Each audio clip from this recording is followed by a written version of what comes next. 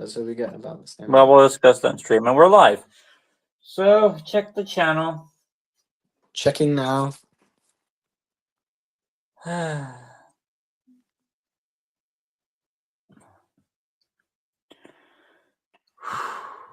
we're live, we'll start. Yeah, we are live. Welcome everyone to another Arkham review, and continuing on the reviews for the 4 Arkham games, we're on the 3rd out of 4 now, Arkham Origins. So if you've been paying attention, glad to still have you with us. This time on this review, we're going to try and stabilize the comments this time. So what's going to happen is we're going to leave the comments at the end where we talk about everything, what we want to do. Jack will read them out, I will answer them, and if he wants to ask them after me, feel free. That's the basic way we can do it. That's established. Is there anything I want to say about Arkham City before I transfer over to Origins? And I guess there's only one thing, and that's the one villain we did not talk about in Arkham City. And I think it's very funny because we could use that villain to transition. Of course, Adam, say hi, Adam. I did answer that comment, but it's just a hi, so I think I can tolerate that. And the one villain that we did not talk about in Arkham City, who's a nice transition to Arkham Origins, is Black Mask. No. Oh, I thought it was Black Mask. Damn. I talked about him in a brief moment. He wasn't like relevant. The one villain we didn't talk about was Calendar Man. Oh. And it makes sense. He's more of a focus. So yeah, in Arkham City, Calendar Man, you find him in the cell. Oh, sorry, in the it's a cell under the courthouse, and you do all the holidays, and essentially he reveals that he was there at the beginning, and he'll be at the end. Which is a nice segue to Arkham Origins, because he is, in a way, at the beginning, Julian Gregory Day. And he also technically is at the end as well. No, he is, and we will get into that next time. So, Right, though, that's all said and done. I think, before we get into this, our history of Arkham Origins. This was after this game kind of had a bit of a bad rap because it's going off the praise that Arkham City was, and that's a big shoes to fill. And it had a bit of backlash because it was not made by Rocksteady, and they just found out it was just essentially an extended version of Arkham City in gameplay wise. It also didn't help that obviously this game was made to fill in the gap between Arkham City and Arkham Knight. And there's also some people that consider this not canon to the Arkham, which is a bit strange. Sorry guys, you can say that all you like, but according to Arkham Knight, it is officially canon because of several things. And honestly, I mean, I always assumed it. It is canon. So I don't know what they want, but this is the canon second year adventure of this Batman's career. So when the game came out for you, did you obviously played Arkham City? Did any part of you want that when you played it your first time? Did you feel like it's good as Arkham City, or did you feel like all of those feelings not the same? Well, after I did Arkham City, I didn't actually think I was going to play Origins next. I thought I was going to go straight on to Night because I didn't have Origins then. This was. At the time, this was then Christmas came along, Christmas last year, not last year, but the year before, and I did get Arkham Origins, the physical copy, and I did get to play that before Arkham Knight.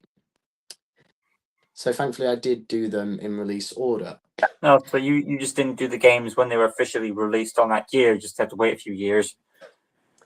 Well, considering Arkham Asylum obviously was released the year I was born, and then such, I never even knew they existed until. And you were old enough to buy them, probably. Oh, definitely not. me as a baby was playing Arkham Asylum. No. Well, I think that's all we need to say before we get into this. Oh yes. Do I want to bring that up? I'll bring it up when we get to it. But essentially, there is a mechanic that was originally used for a version of Arkham City that was put into this game, which I'll get into later. I'm sure Jack knows something about that. Or unless he didn't play that. Whatever. I assume Jack isn't. Oh, yes, Jack. Lucas, your audio was a bit What? It went a bit. You glitched a little bit there. Am I fine now? Oh yeah. You're fine now. Whatever. Basically, there was a version of Arkham City with a gimmick, and that gimmick was later reused for this game, which I'm assuming Jack knows what I'm talking about. If he doesn't, I'll explain later. Are you saying a gimmick that was in Arkham City that is in Arkham Origins and people wonder how it is? Because then I want to know what it means. Do you want me to talk about it now, or should I talk about it when it's relevant? We'll talk about it after we do all that. And also, since Lucas mentioned it, since Lucas mentioned it at the beginning of the Arkham City review, I'm going to say it here. This is my personal favorite Arkham game, which I know for some people it will be a bit like, how can you say Origins is the best game? We'll get into that as the stream goes on. So you be saving these thoughts to the end? Well, yeah, but at least I get to explain during this why I No, personally. and I hope that we don't make this video like 2 hours the same Arkham City was. To be fair, Arkham City deserves the praise given all the popularity and hype. Does this game deserve as much praise as that game? Well, we'll get into that at the end of the video. So let's get on with the story analysis. And yes, people, we are doing the story analysis. For you don't want to be here for it. Remember, you don't have to be here. You can just wait till you get to the good bits. Of course, you don't know when that's going to be, but that's what we have to keep coming back for. So we shall see. I wouldn't be surprised if we don't get as much comments as we did last video because it's not Arkham City anymore. No, right. I hope they do. I hope they do bring the comments from the last one because that one went crazy. There were so many comments there. Yeah, now we're not talking about Arkham City. The comments probably won't spike as bad, so I don't need to worry about it. Right then, as for story analysis, the game starts off with Bruce walking into the Batcave, and of course, the game clearly establishes at the very beginnings this is an origin. Clearly, even if the title wasn't subtle enough, because we have Gordon telling there is no such thing as a Batman. And I believe it was the end of a crime of Julian Gregory Day being captured. Yes. Yep. And there's the mic again. For me, anyway. Your static has returned. Oh no. Yep. I have discovered it is just on my end, guys. So it isn't you guys. You are right. So all Jack will do is just try and sync it up. Hopefully it doesn't happen again, but knowing our luck, it probably will. You want to turn your cam off and on again? I don't dare do anything just in case it. I don't actually know if this does anything in all honesty. You're back. Try speaking now. Goodness. Okay. Yeah, be good. Yeah. So carrying on with the story. After that little obvious explanation of Jim saying there's no such thing as Batman, and then the cops didn't actually capture Gray. It was Bruce. So after that, it builds up to essentially Black Mask in a way, and he's actually at Blackgate Prison with his men, trying to have a confrontation with the Commissioner Loeb, I believe. Because I was wondering why the hell was Black Mask there to begin with. Them, well, that's another thing we'll get into. But bear in mind that Black Mask is also a political villain. Like there are some criminals, like I think the Kingpin can get away with it too. But there are some criminals that are allowed to get away with their crimes in a certain legal system. Like because the reason why you have organized crime is that it controls the crime. That's why when the Spider-Man game, for example, when Kingpin was taken out of the picture, there was a power vacuum and the crime was allowed to go rampant because you need organized crime to control the criminals because you get the idea. But essentially, that's what Black Mask is in DC to the Kingpin's counterpart, is that they're both the same thing. And for me personally, I've always thought that when it comes to the villains who are high up there on the totem pole, you've got Falcone, Penguin, and Black Mask. Like the Kingpin of crime for me was always Black Mask to me. You could argue that Penguin was that role too, but do you agree that I'm right that it is Black Mask who's supposed to be the Kingpin? In terms of power and the acts he does, yeah, I'd say Black Mask. Although Falcone does have a slight, I'd say. Very well. So carrying on, after the Batman arrives to the Blackgate prison. Now, of course, it's already been established that Batman is at this point, I believe he's not. Some people don't think he's even real at this point, which is the what the guy's reaction is. And so when we're going through this, that the criminals are also as scared as Batman as they are the criminals. You could argue even more so because this guy wasn't supposed to be real at all, which gives us a bit of a presentation, shall we say, when we're going against criminals. But yeah, also after we encounter, we know where to go. We come across one of our so-called colorful characters of our past, and that is Killer Croc, and he's with Black Mask, helping to break out the prisoners and, well, the sound of it, to give us some more muscle. And he also smashes a drone, which will be later used as a tracking device to move the plot along. Once we get where we need to go, we reach the cell that Calendar Man is, and they swap him out for Loeb, and they kill Loeb because Loeb has to die so we can progress Gordon. That'll be later. Of course, he doesn't become commissioner in this game. It's just a plot point to say, hey, now that he's gone, there's potential to progress the things on. And I believe, just a quick question, in Shadow, does Captain Gordon get his rank raised in that game? Yeah, I believe he does. Okay. So that answers that question. So we know that plays off. So carrying on from that, he essentially goes to the rooftops. And bear in mind, comments, we are seeing them pop in. And if you haven't seen them once, I will just repeat. We are going to get to comments at the very end. So just let you know. Carrying on the story, though. They will get answered. He gets to the roof, and he has a good... That's another thing I want to praise this game about, is that every...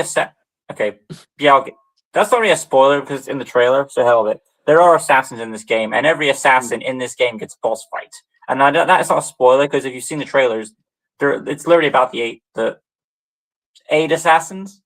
Yes? Yeah, the 8 assassins. So, it is about the 8 assassins, and after he fights Croc, and he kind of, after a few timed events, he eventually beats Croc. And I do like, before we get to the end of it, I do like the part where you have Croc's face right near you. He's about to bite you so close. That's pretty good, intense. Yeah, that was really good. Only problem is, though, on New Game Plus and Hard Mode, for some reason, no matter how fast I click the button, Croc is still able to bite me. So that's a bit strange. I don't know if that's Origins being Origins, because obviously it's very famous of the glitches and bugs that occasionally this game has. But seriously, I'm like, what the freak? What is going on? Because in normal mode, it's fine. But when it's hard, for some reason, no matter how fast I can click the button, Croc seems to get it. It's only like once, for some reason, I was able to actually block. But that's just something on my end. In the main game, I'm fine. Yeah. He beats Croc, and essentially he's tied down to, of course, Batman has his no-kill rule. Now, no matter how angry Bruce is at this point, he still will not break his no-kill rule. That's another thing. Bruce in this game is essentially more gruff, shall we say, and he's a bit more stubborn, which makes sense because this is before his alliance with the cops. And we'll get into his character analysis after we've done the story, probably. Yeah, I think that's what we'll do after the story. We'll do character analysis, and then we'll do gameplay. So, yeah. After he essentially, Croc reveals information, of course, what's going down, and that is that Black Mask's assassins are coming after you because 50 million is a lot of money. So we know he won't be ugly. He's pulled up, and then the cops show up, and Bullock and Gordon want to turn him in, and of course he's not tonight, and he gets out of there, no problem with the bat wing. Which, by the way, I love the fact that, one, you have Harvey Bullock in this, and two, I love the fact that he's voiced by Robert Costanzo, I believe, is out, who obviously voiced him in the original Batman the Animated Series. So it's nice that they brought him back to voice the character again. And I think he's actually relevant to the plot, and I'll get to that point when I get to that point. But I assume Jack knows what I'm talking about. If he doesn't, I'll tell him and get to it. Right then, carrying on. Bruce gets his way to the Batcave, and of course, we are quickly introduced to Alfred once again, and of course, as he points out, you do realize it's Christmas Eve, sir. And I think Alfred, you could argue, at the very least, he's more stronger than he was in City because City he was just a brief character, just kind of saying douchebag remarks. But here he actually has a bit of a strong presence, and that will pay off nicely for later on. It also helps that this is the first game where he actually physically appears, so you can interact with him there. I also love the Alfred wisdom that you can get in the Batcave with his different XP. That's the other thing. We are also in the Batcave. We actually get to roam around here and do things. You can go to the training room and train a bit from like challenges and stuff. Swap up bat suits, go and check the lower levels, explore a bit. You get to see gadgets in their early stages. The Batmobile in its early development. And there are posters of Red Hood, which is we'll get to here. Yeah. That Red Hood. Not to be confused with the other Red Hood, but the #1 Red Hood, and we'll get to that and all that stuff. There is a different Red Hood. So he gets to the computer and he looks up what's on the drive, and we find out that there are 8 assassins after Batman's head. So he's got kind of an obstacle trying to progress on the way. His main priority is to follow this drone to find out where, how things are. And I don't exactly know. Yeah, I think does he figure out the drone is Penguin's at this point? Yeah, because he says there's only one man in Gotham who can get his hands on something like this. Yeah, only one man. So Black Mask couldn't get a hang of that drone. No, we just established that Black Mask is the Penguin. No, only Penguin can get his hands on that. Okay. So, but before he does, of course, also reveal the 8 deadly assassins. Unfortunately, Croc, it's also kind of weird. The game implies 8 assassins, but when the game starts, we just take out Croc, and aren't we left with 7? That's one assassin done. I mean, there was some stuff that he was originally going to get a second boss fight in the original prototype of the game, but then they cut it. It literally just was his boss fight again, just in the prison. So the sad thing is, one assassin has to get shafted, and we could now we'll go back onto that in a minute. So the other 7 assassins, of course, we have now. If I missed one, I'm pretty sure I've got this. First, we have Deathstroke. Click Rock already talked about, so I'm not going to go for him. But Deathstroke is our #1. Then we have Copperhead, who first of all, you know what Deathstroke is, so I don't explain him. But Slade Wilson, military soldier. Copperhead, of course, they've done actually an interesting thing with Copperhead. If you don't know who Copperhead is, essentially in the comics, he was a guy who wore a snake suit and wasn't much going for him. But in this, they made him like a transgender, but it's more associated to woman than man. But they do mention that line that some think he's a man, some he's a woman. But it is a woman with short hair, essentially, and she's kind of It does imply it is a code name among several, other assassins, which is kind of cool, Noted. Copperhead, another thing I like about her is that I actually did some behind the scenes, and I looked up that they hired both a martial artist and a ballet expert to pull this stuff off. And I appreciate the effort for doing that, because that's just goes to show how much effort was put into this game. And she's very agile and very slippery and very creepy in a way, and we'll get to that when we get to that. So she's very very well adapted. Next up, we have Firefly. That's 3 I'm at so far. So of course, we know who Firefly is. Pyromaniac. He runs around with a good flying jetpack. And you don't count him for a while, which is bringing up. #4 is Deadshot, who we asked to kick in Arkham City, and I can happily say he gets a better boss fight than he does in that game. He also, I think his design is better too. Well, makes sense, because in Arkham City, he didn't have much to work with. Granted, he was hired by Hugo Strange. He could have gotten a suit or whatever. Yeah, but in this, he feels more himself. Obviously, in the other, he just seems like a casual assassin. Here, he gets to Chris Cox, who voiced him. He gets a bit more of his personality shown. Indeed. Which I do appreciate. I'm at 4, aren't I? Yep. Not counting Croc, that's 4 I've said, right? Yep. Right. After Deadshot, we have Lady Shiva. And, well, essentially, we just talked about her in her prequel, but she's here for more than just the money, that's all we'll say. She's going to be proving to be another formidable threat, but her motivation is kind of dull because we know what's going to happen. But it's nice to have another female on the list there, so there you go. Then we have Bane, the big macho man. It's a bit strange for him to be taken when he's a hired killer, but he has his reasons, I assure you. I think Jack might help you out with his kind of motivations behind this as we go. I think there's one more assassin I'm missing. I'm going to be dulled in my head who it is. Oh, of course, it's the punching bag electrocutioner. No wonder I forgot him. Electrocutioner. And yeah, literally, if you remember Arkham Origins, guys, you will know his fate. So we'll get to that little joy as it is. But I do appreciate that they brought back a lesser villain. Yeah, arguably the hardest boss fight. Don't give me that shit. He was so difficult. Was that the boss you were talking about? Well, you said that you're my best bosses in this game. You just sure was. Yeah, because like it's so hard. Like when you beat him, it's so satisfying. Are you ready? Yeah, we're ready, all right. After the assassins are introduced, Batman, despite the odds, is still going to go out there and hunt down. That's another thing I like about this game is that he treats the assassins like they're an obstacle, not like the main threat per se. Now, to be fair, he doesn't say that all throughout the game, but at the start of the game, his main priority is to track down Black Mask, and the assassins are just like a bump in the road for him. So. Which is ironic because some of the villains consider him a bump in the road, but then he becomes more serious. That's what it is. After he goes out, he has to, of course, tackle also with the Riddler on the way, who's actually doesn't have that alias yet, so he refers to him as Enigma. And he's from what I found out in sources, he's actually a corrupt cop, which I really ironic because Gotham must have had an inspiration there, I guess. And there you go.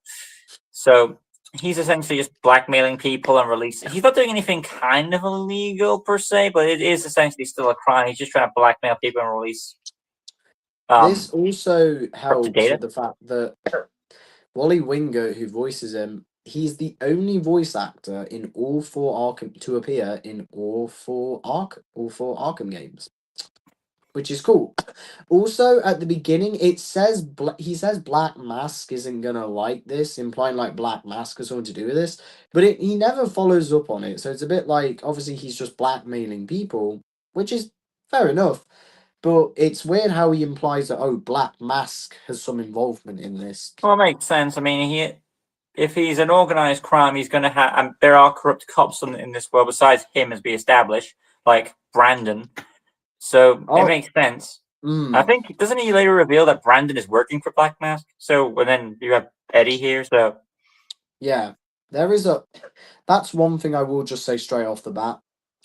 I love the fact that this game shows, corrupt cops. It shows that Gordon is really the only loyal one on the force. It shows how these early days are full of corruption. Like, that's a big theme. But what about Bullock?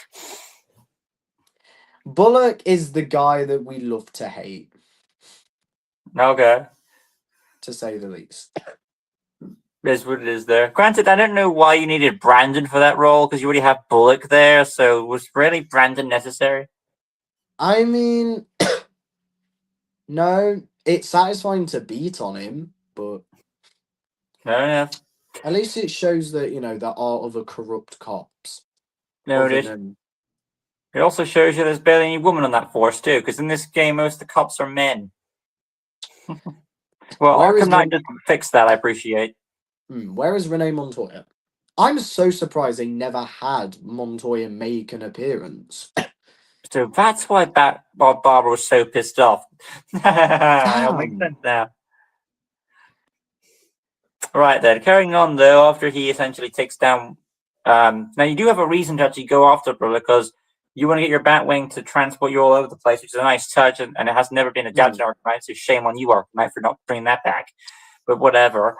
But you can use the Batwing to essentially go from each point, but you have to make sure you take all these towers down, which Riddler is having goons and traps for you.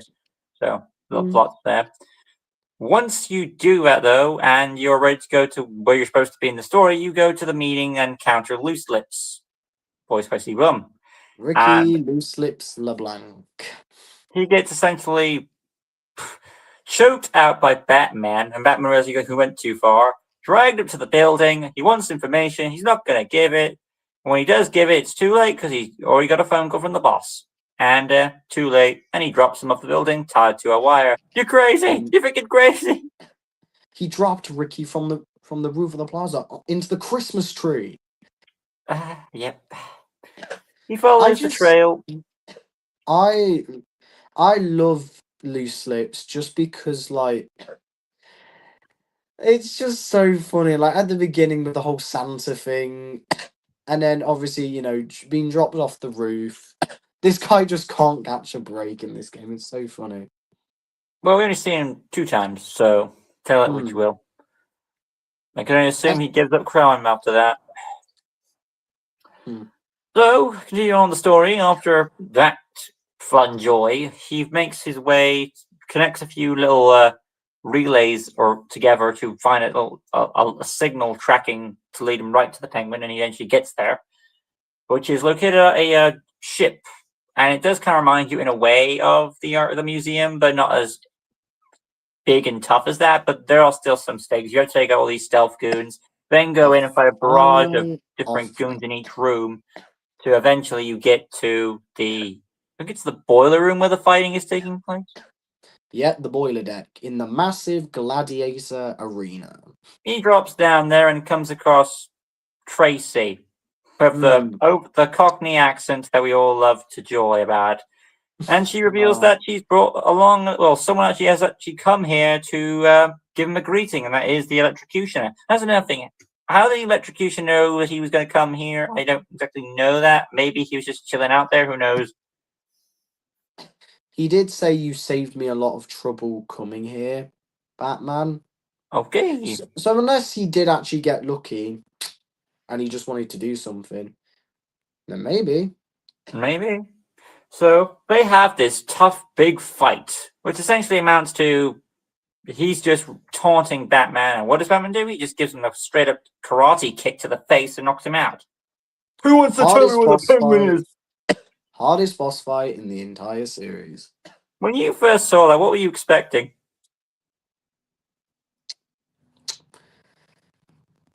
I Not that clearly. walked around him. I threw some batarangs at him. I was like, how am I going to touch this guy? And then thought, I'll throw a punch, see if it does anything. And then got greeted by that cutscene, and I'm like, oh. But I'd heard the electrocutioner's boss fight was bad anyway, but I didn't know why it was bad. So I was expecting at least a fight that was just a bit. So it wasn't like a Oh, laugh for you, it was more like a shock. it was like, Literally, joke. I see where you did that. Yeah, it was literally just like I was like, oh, okay, well, thank you. I was then greeted to a massive crowd fight. That's another thing. People who are fans of Electrocution might be disappointed, but bear in mind he's kind of a lesser known character, so no one will remember him. So Mm, after that big goon fight, Tracy will inform the Penguin that Batman's on the way, and Batman is stupid enough to not tie up the Electrocutioner, which in a way actually works to his benefit for later on, but whatever. So after that, he makes his way through some more goons, finds Tracy, knocks her ass out, goes for a stealth room, finds and makes his way to confront the Penguin after a little cutscene of him confronting his name Antonio Alberto Falcone. Alberto. Falcone's So, son. Not Falcone himself, Falcone's son. of course, he wants him to get out of the weapons business because that's Penguin's thing, and Penguin's on a share, I guess. So, of course, that confrontation is cut south when Batman breaks up the meeting, beats up to Penguin's goons, and Penguin, to spare his life, reveals some information at Lacey Towers that there was a murder. But before any more can be said, Deathstroke shows up and gives us a superior boss fight to what we just had. I guess he knew that was a terrible boss fight. You need a better one. And he gives arguably the best fight in the Arkham franchise, and I'm going to say it's my favorite. Yeah, it's between that one and one other fight in this game, but I would say the Deathstroke fight is better, and it is And what my makes the personal fight great is the counters. You have to really be precise in your counters, and you are rewarded as a player.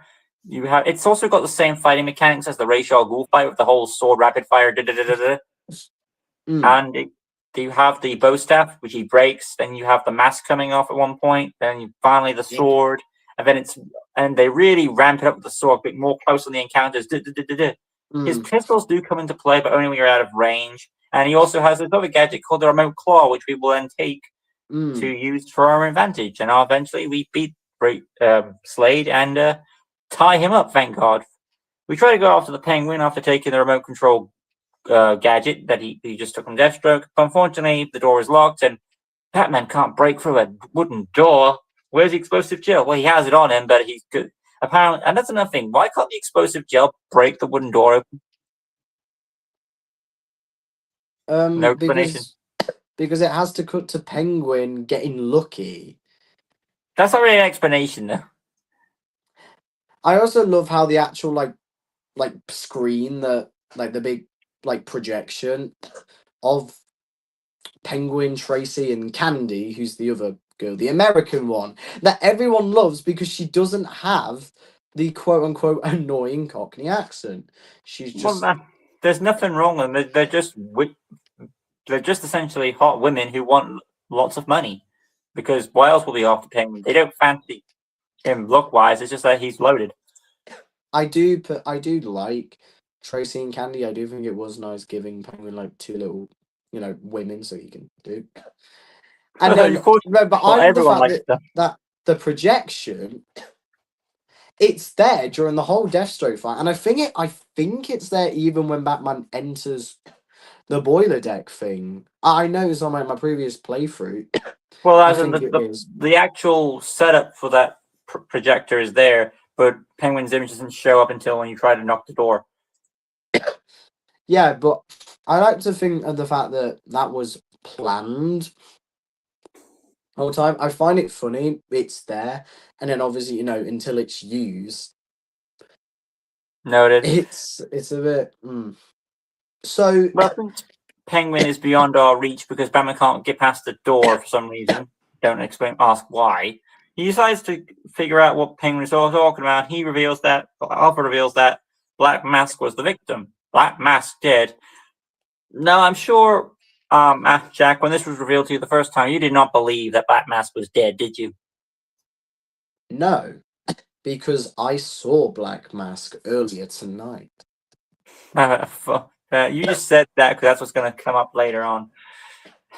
But in all seriousness, I was like, what? Black Mask dead? But then I thought, no, because, the main villain, they won't kill him off, this early in the game. Because, why would they just get rid of the main villain like that? Yep. So we go to Lacey Towers and find out what's going on. And I think. Oh, yeah. Before we, on our way there, outside getting out, we come across Anarchy. Missed opportunity. He doesn't come back in night, unfortunately, which I think is a missed opportunity. And Especially with all the rebels, like, the riots and that. It seemed like something he definitely would have been a part of. Indeed. Unlike Arkham City, we will do the side missions and just briefly go over them as we come encounter them.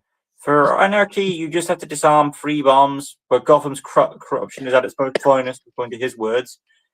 And then you confront him in the courthouse and beat him up. And then he goes on this big essential, you reveal that he's a kid, and he just goes on this big, long speech about, you should join up with me. No, you shouldn't. I don't like you. Screw you. And eventually you leave him there, tied up. So to talk about this mission, my thoughts, I like it. I like the fact that, you have this guy who makes some fair points about the corruption in Gotham. Obviously, Gotham is a very corrupt city. It's cool. I love the fact that the anarchy people that give you like the mission, like give you the bomb missions, the first 2 of them are like, we need to destroy anarchy. We need to shut him down. We got to shut him down to shut him up. And then the third one agrees with anarchy and says anarchy's right. I like the fact that you get to see from the different like people. Anarchy, like I said, makes some fair points. He has a very cool design. And the speech in the court house, I thought, is also very cool. The boss. That was a horrible voice crack. I'm so sorry. The boss fight itself is simple, but I'm not expecting much. You got Anarchy throwing Molotovs at you, which is cool. You get your thugs. Then he comes at you with a taser, and then you get a very satisfying punch that deletes his whole health bar. And then I love the fact that it is revealed at the end he is just a kid. The young trying to do something. He also says, obviously, Batman, like, you don't consider yourself a criminal, so why don't you turn yourself in? I won't turn myself in until you turn yourself in. So overall, it's not the best side mission in the game, but it is like it's in the middle. It's one of the better ones, best ones I feel. In a game that personally a lot of people don't like, a lot of the side missions. I like most of the side missions personally. They all have something in them that I like, but maybe that just comes from the fact that I do really like Origins. I see something in some of these missions that others don't. But Anarchy, I think, is a good side mission. After Anarchy's mission, we essentially make our way through the boiler ship and all that to in the story. Lacey He's Towers. going to Lacey Towers next, isn't he? But does Yeah. he need to go to the GCPD at this point? No, this is Lacey Towers. Okay, because I remember the story of Arkham City more than I do Origins. But so he goes to Lacey Towers next. Then yeah, that's right, because he has to go to GCPD for the you're right. So he goes to Lacey Towers and he comes across a body with a black mask on it. Now, just because the guy is wearing a black mask, of course, does not mean that he is Black Mask, because that could mean anything. Because a lot of people wear black skull masks to Halloween, dude. He finds some clues, essentially, and I think he does find the phone, of course, at this point, revealing like who's the Joker. And yes, the Joker is involved with this mysterious crime because you find the dead girlfriend on the chandelier, and something went down here. Yeah, the Joker is in this game. Yeah. Well, to be fair, there were some trailers about that, so it was not a big surprise. And number two, this comes off the success of Arkham City and Asylum, so obviously they're going to put him in the game somehow, some shape or form, because of the success of those games. So after that, he leaves Lacey Towers to go to GCPD to get hacking, because for some reason he doesn't have the resources at the Batcave to figure out what's going on, so he has to specifically hack into their servers for answers. After a crucial battle getting from point A to point B, after going through the GCP building, then he has to go to the sewer system. He picks up like one of the gadgets that Lucy Lips has, and he's there, and you knock him out again to take his gadget. Shall we go to the roof again? No. And he takes his shit and goes. So he goes to the sewer system where the GCPD is, and he finds that there are black masked men down here too, and he also has some kung fu men too. You got to fight, so a new villain type. The martial They're easy to artists. overcome. Just double counter, you're fine. They can be bad when you're playing I Am the Knight, Ugh. and you counter them, but for some reason the game doesn't let you counter them, and they get free smacks at you. Did you beat I Am the Knight? There's nothing more scary than when you're fighting a group of thugs, and then the martial artists come in with bam, bam, bam, knock a good chunk of your health on. You start stressing. I don't know if you, Lucas, have you played? Have you even attempted I Am the Knight? You? I was asking you if you had it. Yes, because that's what I've been doing the past few days. Oh. Let me guess, you failed. You didn't beat it. It's not even that. It's that one of them got me to the bridge. I got to the Firefly Bridge, and then one thug saw me in the grate and shotgun, bam, bam. Oh, so you got as far as Firefly. That's pretty good. Yeah, but to be honest, and I'm still trying to do it, but I may eventually have to use a quote unquote way around, which you can do. All you have to do is when you're close to death, you just restart, and it takes you back to full health. It doesn't take you all the way back to the game. I will keep attempting. I will try, because I do want to say I can do it on my own. But it doesn't help when like you're so stressed. You've got to. I think when you play I Am the Knight, the difficulty is also raised on that, like hard mode. Oh yeah, well it is basically hard mode, except you die once. You've got to go back to the very beginning of the game. Noted. Right then, so only do that challenge if you are literally a diehard Batman fan. Well, to be fair, I've never challenged it. I'm a serious Arkham guy, so I just need to find Arkham Origins and give it a shot, I believe. Unless your Arkham videos, if you know that guy, if that YouTuber, unless your Arkham videos and can literally get through every single Batman game without being hit once, then Yeah. yeah. So, continuing on with the story, after he gets the information he needs, he reveals that he knows what actually went down. Penguin was there, but he was after the crime, and then it's revealed that Samus's girlfriend went there. She was trying to warn him about somebody, but then she gets attacked by somebody, tied up to the chandelier, and she's unconscious, I believe, for a bit. So then later on, we see Black Mask show up, and then, of course, this is Joker, and he kills this person. And well, it's actually not him. Turns out Black Mask hired a body double, so he then secretly sneaks in to tackle the Joker, and Mhm. your voice is static is returning. Just carry on talking then. Noted. He essentially will be. They get into a fight. Samus loses the fight. You good? It'll probably go like Still in a there. bit. It'll probably go in a bit anyway. Your So static is still there on my end. just carry on talking, and I know I'll what you see if said. it happens. I'm sure it will catch up with you eventually. Hmm. After the little brawl they have, essentially Joker wins, takes Black Mask, and he makes Black Mask shoot his girlfriend. Of course, that's what Joker does. He's an agent of chaos. Hmm. And yes, Batman does come to the conclusion that this was the Joker too. And yeah, it's hard to know how long Joker was planning this type of rebellion, but who knows. So after that, he knows where that Joker is at Gotham Merchant's Bank and has to go there. And I don't think he encounters anything else on the way. Oh, he does. Mad Hatter, of course. And we get to go collect Mad Hatter's side mission now, his best one in the franchise. Hmm. How's your mic? You're back to normal. Oh, thank goodness. The Mad Hat Wonderland, which is like you said, I agree, the best Mad Hatter bit in the whole series. And between this and one other mission, personally, my favorite in the game. Indeed. So, what is it exactly? Well, Batman comes across these three. I'm sure this was a creepy reveal for you. He comes across these three dudes singing, "We are very cordially, cordially, cordially. We are very cordially inviting to a party, and it I will be love a grand affair, grand affair, grand affair. It will be a grand affair hosted by the Hatter." We do hope that you can come, you can come, you can come. We do hope that you can come to share in all the joy. I And love they that. get killed. I love that song so much. I don't The fact even that we remembered care. every word is crazy. I know. I don't. I love it so much. Do you But want me? Do so you want me yeah, to basically? Do you want me to explain the side missions just so just so that you can obviously you explain the main story, but just so I can quickly go over them. granted, does it really matter though? It's not like much to go over. Well, to put it simply, Mad Hatter has got this girl, Alice, Alice.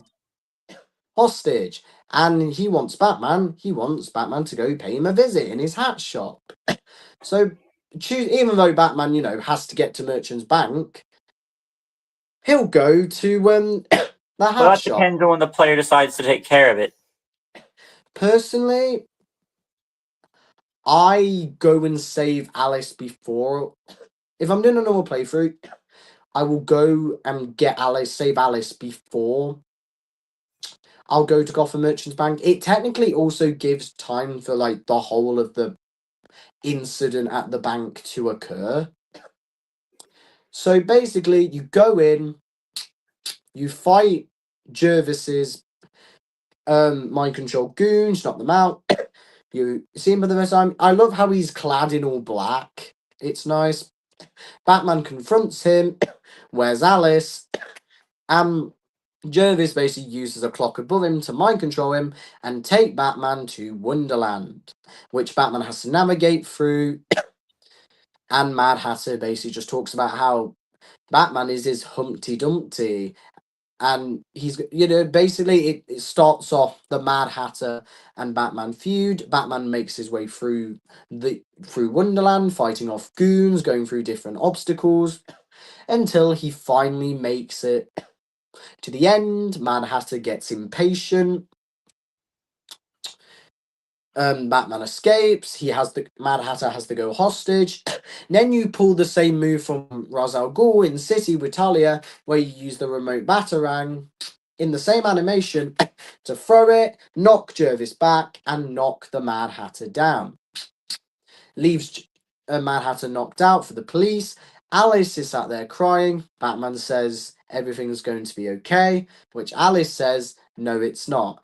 Now, this is very heavily implied that Mad Hatter, who is arguably probably the most messed up and the villain, in terms of villain wise, the villain Batman hates the most, it is implied that Mad Hatter did some things to that poor girl. It begins with an R. We know what it was. Yeah, to put it simply, it's implied he basically essayed the girl, which is messed up, and it's a very haunting end to the side mission to just leave the girl there crying. And it's the sad guy's because unconscious on the floor. it's sad because you can go through the entire game, and when you can come back to the hat shop, she's still there crying. It's Is Mad Hatter still on the floor? Yeah, I think he is, yeah. Which is just Origins being Origins. It is sad that they don't do like animations where you can go you go back and they're actually gone. They just keep them as they are. But personally, tied with one other mission, it's my favorite mission in the game. It's cool to work around Wonderland, and it has a very, ending where it's like you're just shocked and appalled by, you can just imagine what Mad Hatter did. It's a very creepy. You don't really want to imagine, thank you. You don't want to imagine, but you're just disgusted by Mad Hatter, which obviously, just leaves him with the impression for the rest of the game. But that's the Mad Hatter side mission. I do like the fact that there are actually paintings in his building, and those paintings are the visuals that you see in Wonderland, so that explains where those images came from. So yeah, carrying on though, we finally reach Gotham Merchants Bank, and everyone's dead in there. So he goes around the room, finds a secret passage, and drops down to the cutscene.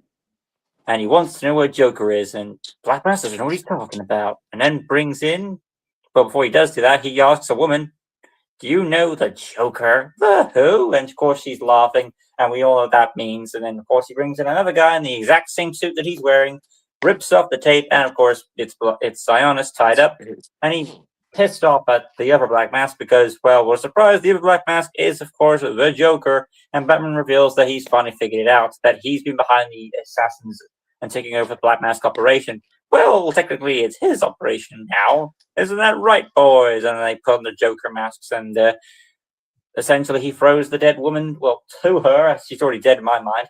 And she dies laughing, and you have that creepy image that stares at your face. Lovely. 8 tiny reindeer.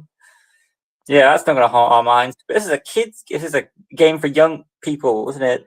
Yeah. So, yeah.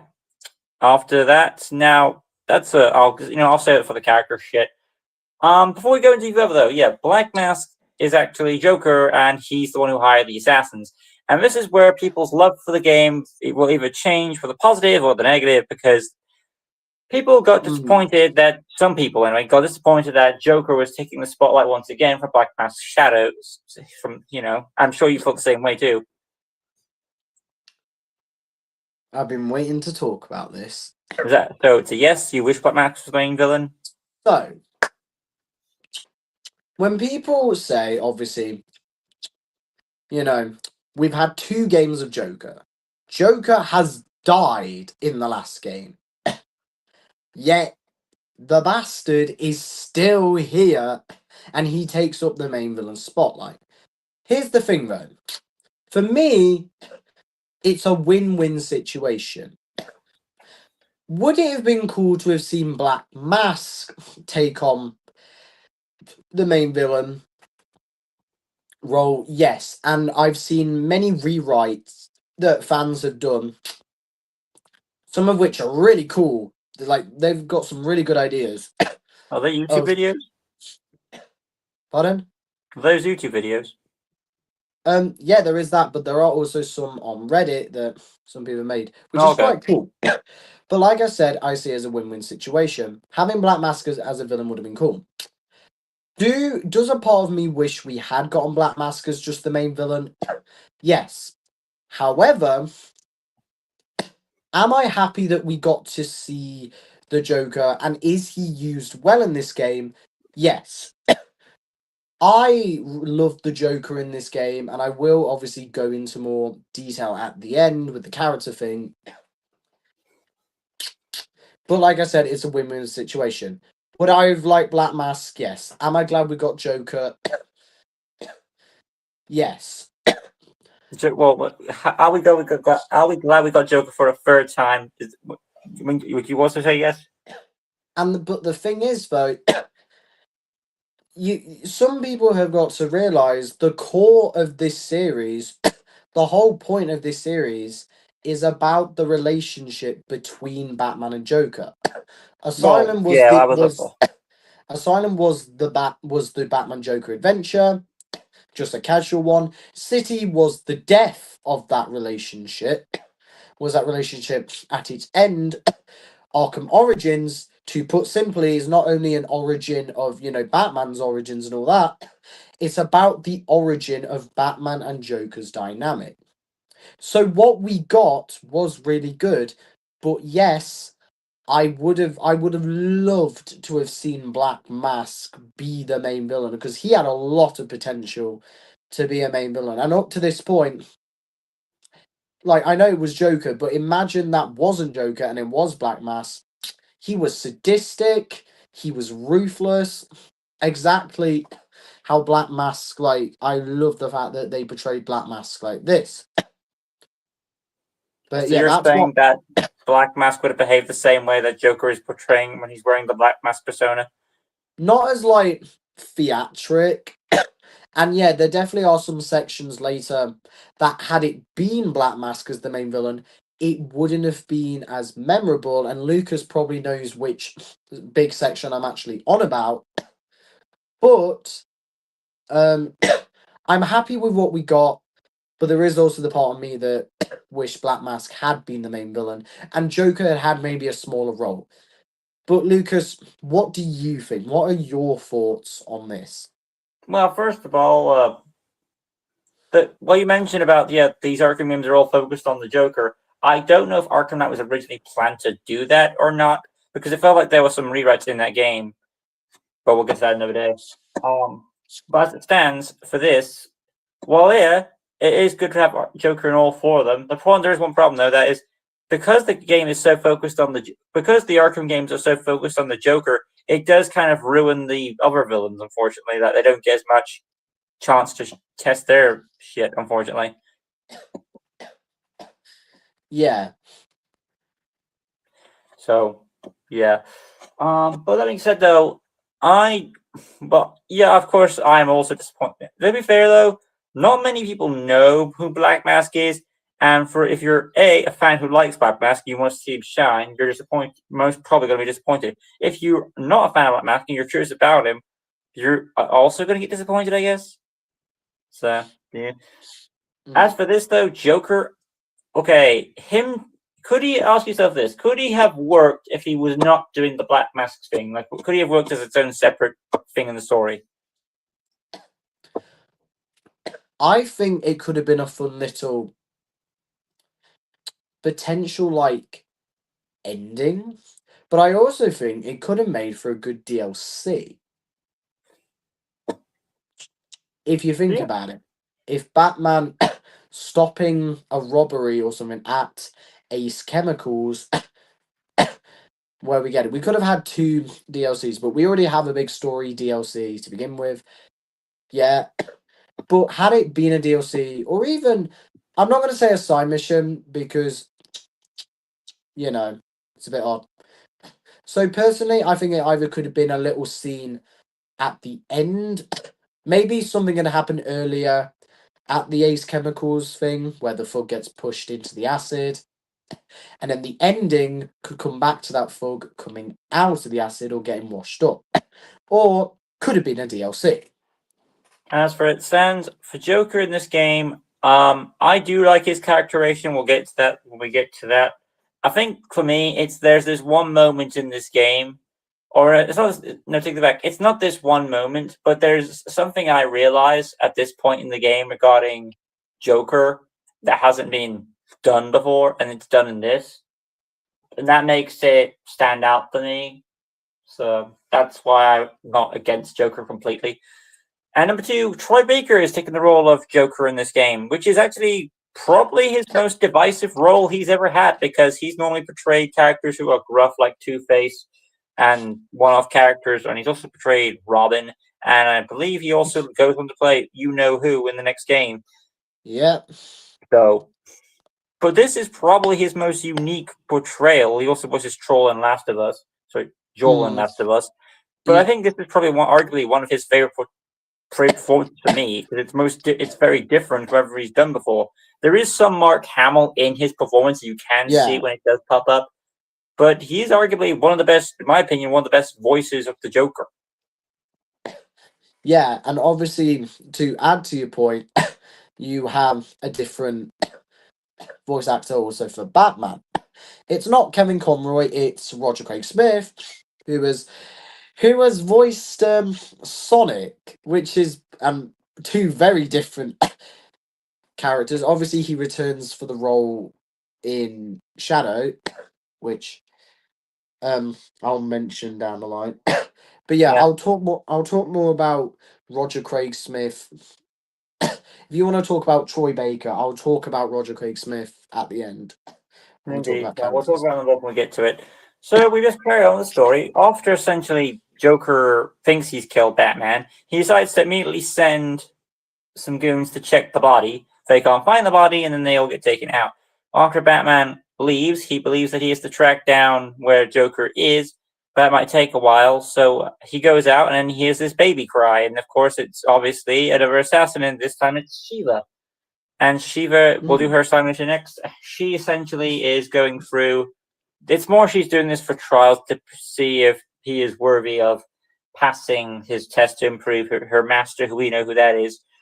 And eventually he will rescue the cops and get through these challenges. One person does get killed, I believe, and then she reveals about some sacrifices need to be made, but he doesn't believe that. They get into a confrontation at what's going to be Wonder Tower in the future, which is another thing. It's nice to see these places before they become Arkham City. So there's that bonus. He beats Shiva in the fight, and Shiva is like, "You're not going to bring me in. I'm just going to go and tell the boss how things progressed from here." And she leaves, never to be seen again. So which that's is her taken sad care because I swear Batman says after I'm like, this is not the last time I'm gonna see Shiva tonight.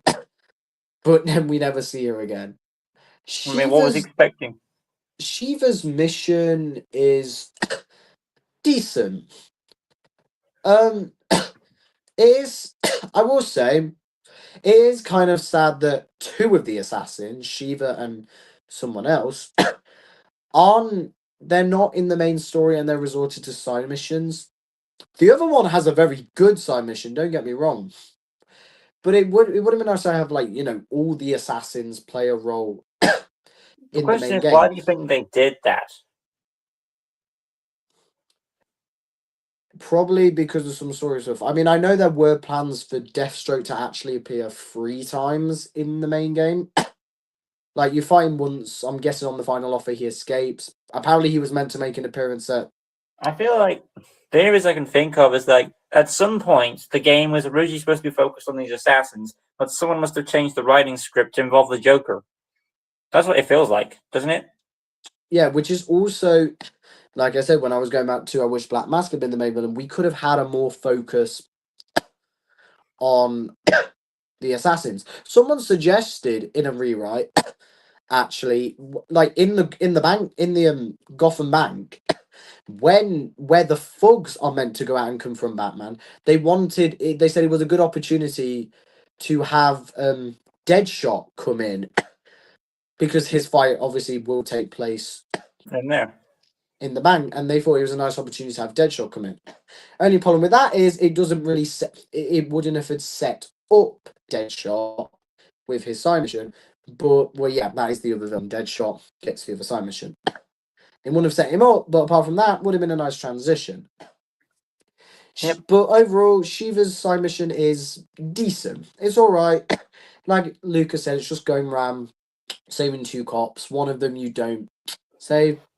And then there's the boss fight, which it's just a boss. That is really the highlight of this game. Shiva and the boss fight. That is really the only thing. Apart from that, the mission is just, it's alright. It's not It's just too filler, bad. really. That's what it feels like. Just filler. Because we know that it's just essentially more trials to test if Batman is worthy. We know Batman is worthy. We know that Batman's not going to join Ra's al Ghul, so it's all a bunch of bullshit. Yeah. I think that's I mentioned before about Arkham City that I wanted to get into, and like the whole point of Race's plans are just to essentially test to see if Batman's worthy. So the whole Arkham City ploy was just, you could argue, was another plan to test if Batman's worth, but it doesn't really matter because no matter what you do, Batman's not going to break. So what's the fucking point trying? Mm. So that's why he had Hugo Strange in that game, and Hugo Strange didn't do a good job either. And then he asked Batman to join him again, and Pussy says no. So I mean, Race just goes around in circles with Batman for no reason. Whatever. So that's going to end to nothing. Carrying on with the story, though, after the Lady Shiva mission, you essentially carry on and you make your way. You're basically tracking where Joker is, because I think, if I'm wrong, did Batman throw a track on the ambulance? No, there's one thug remaining when you have to stay down the thugs and you interrogate him. Oh yeah, that's right. He interrogates some guy and he tells them that we're In a guy that has such a puny voice.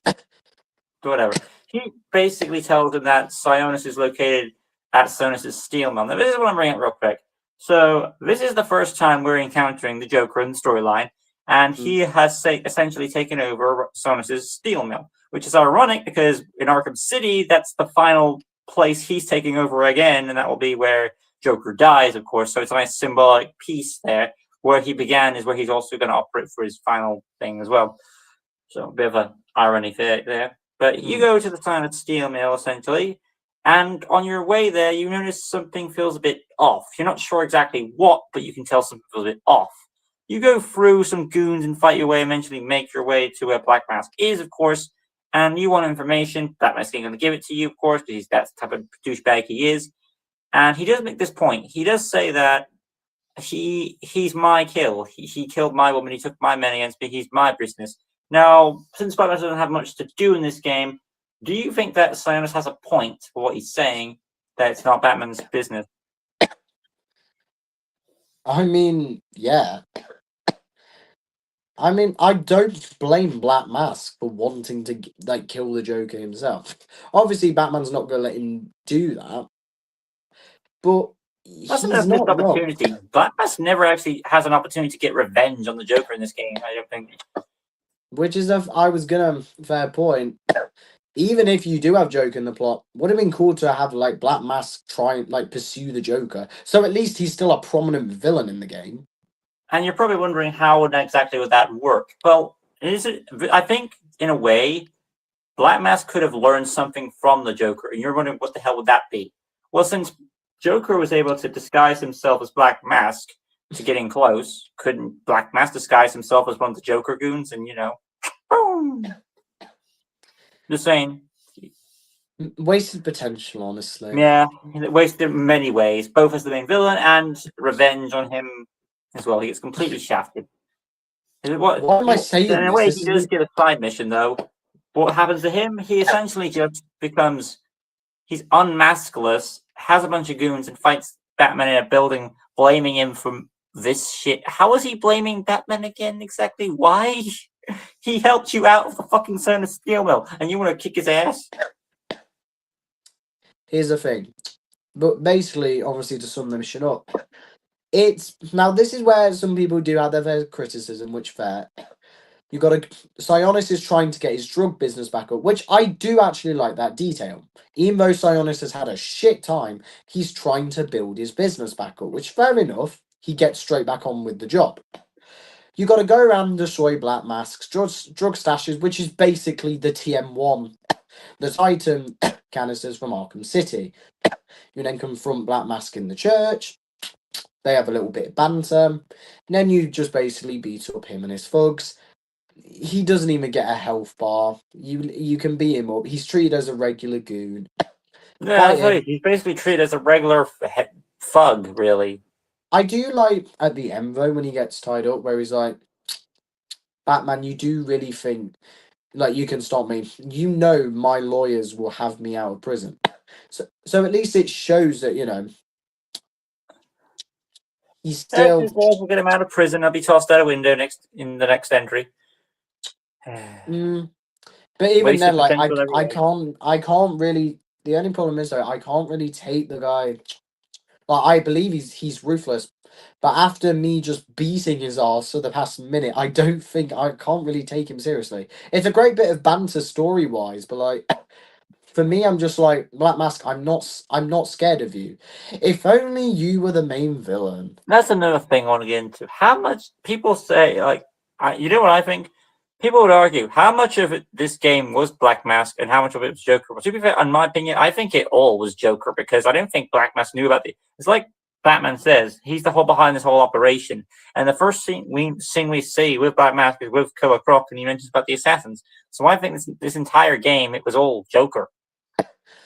In the Blackgate prison scene when he's talking about the Calendar Man, I can hear Troy Baker's like voice through the thing. And also, if you notice later on with the when it's Brian Bloom, the actual voice of Black Mask, he's a lot gruffer Yep. than the actual Joker.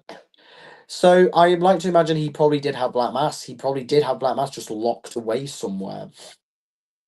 So yeah, Black Mask never had an opportunity to be doing anything during this investigation because if he did, I think he'd be asking about questions like, "There's a criminal here. Who am I supposed to be talking to?" Like, It, he's. I don't think he's even aware of Joker's plan at all because it makes no sense.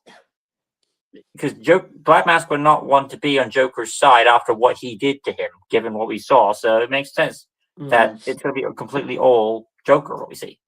Anyway, though, so essentially after rescuing Black Mask, we're of course greeted by joy with Copperhead. Because I mentioned before there was this awkward feeling going on, and there's it was shallows.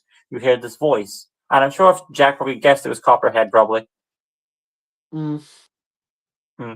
Copperhead, of considering course, you have injects her Batman with shadow. poison, and well, Black Mask basically tries to outword his way out of it, which is kind of cool and creative for him to do. It's the only thing he gets to do, which is cool, whatever. He basically says that since he believes that Copperhead does not know that Black Mask and Joker are, his secret identity. But of course, she reveals that the identity has come out somehow, one way or the other. And yeah, the money you don't have, so you mean nothing to me. And he just gets out of there. I love And his they just line, but I do like his line as he leaves when he's like, "You two freaks deserve each other." okay, Okay, kind of Black get Mask, you. I'm gonna beat you up later anyway. So thanks. After she's injected him with poison, she essentially leaves and she gives the line, "I killed you, but I've killed you. Your body just realizes it." Something like that. And Mm. soon your body will realize it. He eventually leaves and has to get a drug into him to cure himself while having these hallucinations of people he could have saved and doesn't, along with the Alfred shit, which we can just ignore. Eventually, he gets to the drop point and has to fight Copperhead with her clone illusion body. And then, after that intense fight, he does something very cool. He grabs Copperhead and literally just like the Bane move on her, and then ouch, breaks her in a way, breaks her back in a way. Then throws her into. You think these ties can hold me? No, but this can. And he throws her into one of those cargo containers. She tries to get out of it by saying that she knows where the assassins are, but of course, he doesn't need her because at one point in the story, Alfred mentions that you can track electrocution as gauntlets, and Batman knows that at one point, so that'd be good, useful for later. So when she says that all the assassins will be there, he knows that will also include electrocution, and that's why he doesn't need Copperhead at this point. In case you're wondering why, that if you as a player know this information when Alfred tells you it, it makes sense. So I do appreciate that touch because it's like it's rewarding the players for paying attention to the dialogue if you are aware of how he's doing that. You good? Yeah, just had to do something. But yeah, you like that bit, don't you? Yeah, I do like that bit. So he leaves and essentially makes his way to where the assassins are. But before that, he encounters another assassin because he hears a gunshot go off, and we all know that's going to be yes, it's time for the Deadshot mission. Because I remember in the story that's where it takes place exactly. After Also, leaving Cleonus' steel mill, he goes to do the Deadshot mission. And essentially, it's not much. It's just investigation, it's Deadshot. Investigation, it's Deadshot. I will appreciate that the new mechanic of the slow motion hologram thing is a nice touch. And then you finally get to the bank again and then fight him in a pretty cool fight. It kind of reminds me of the Two-Face fight in Arkham City, with just a bit more layers to it. this one is just way better. And it just makes me even more mad at Arkham City because it proves you can make a good Deadshot boss fight. He beats him up, ties him there, and leaves him there, because that's how it is. Make sure you tie up your villain and leave him in that room, because that's how it works. Which is weird, because you didn't do that with Electrocutioner or Mad Hatter, which whatever. I will say, I do like the fact that Deadshot expects Batman to kill him. He's like, face to face, gotta say. Like, I think he says, it's like something like, I thought you'd be more. And they just have this banter. And then he's like, sure, if fate has decided today is my day, so be it. Just do it quickly, will you? And then there's just silence. And then me as Batman, I just walk off. And I imagine Deadshot just like,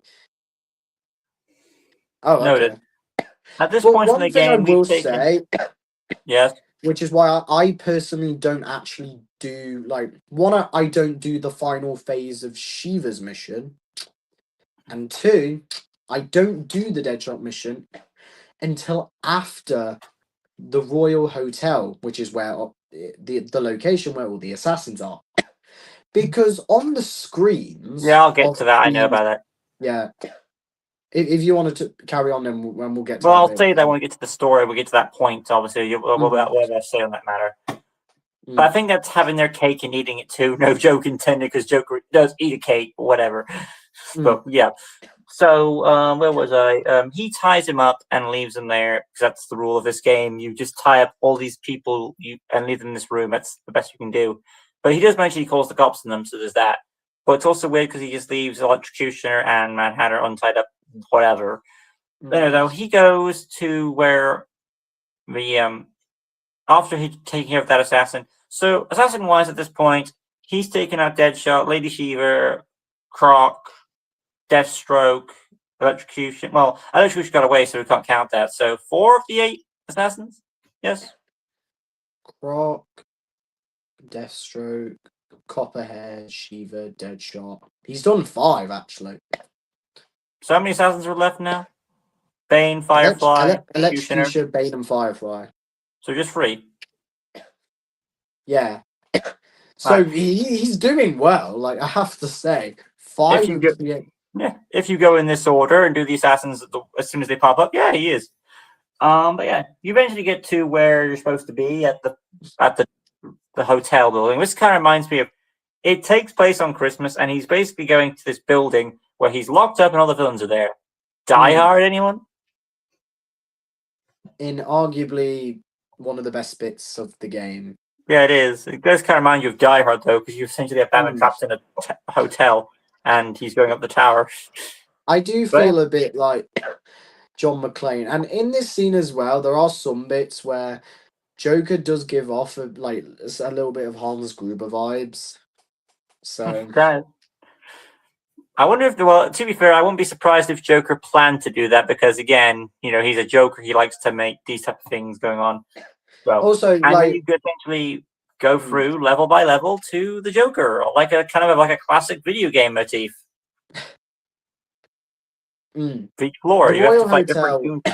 The Royal Hotel was one of the most. I think it's definitely the most impressive set in the entire game. Only thing is, though, there's no easy way to get out of it if you want to go back and get the data packs. You have to literally go up the same way and go down the same way. There's no easy way to get out of the hotel. Yeah. Which is sad, but... I think also I wish that it went on a bit longer too, because there is so many flaws to this building. You could really stretch it out a bit more, but because if I wanted to go on a bit longer, it means I'm enjoying what we're having. So there you I go. personally think it had the right amount of levels. The whole sequence, if you get through it like straight up, it takes like half an hour, pretty Fair much. enough. Round one, you take out some guys. Well, you have the ambulance that leads to the parking lot, which leads to the main room where you Yeah. essentially take out some stealth guys. Then you go to the control security room to essentially see what's going on. You see the assassins on, and then they're talking, and Joker is talking with his remaining assassins, including the ones on the screen, and that basically is there to tell you, because in case the player has either, he basically says, well, how I put it. He says Batman deaths are coming fast, and he's aiming his hand at Shiva and Deadshot. Now, this line is supposed to portray that these guys have been taken out. Or you could not take that line seriously and say to them, you two better not fail. So that it's a way to imply that, like, if the player has taken them out, it fits. If the player hasn't taken them out, it can still fit, Yeah, that's why, personally, like I said, I do the final phase of Shiva and the Deadshot mission after. Even though technically he is meant to be tracking... Electrocutioner?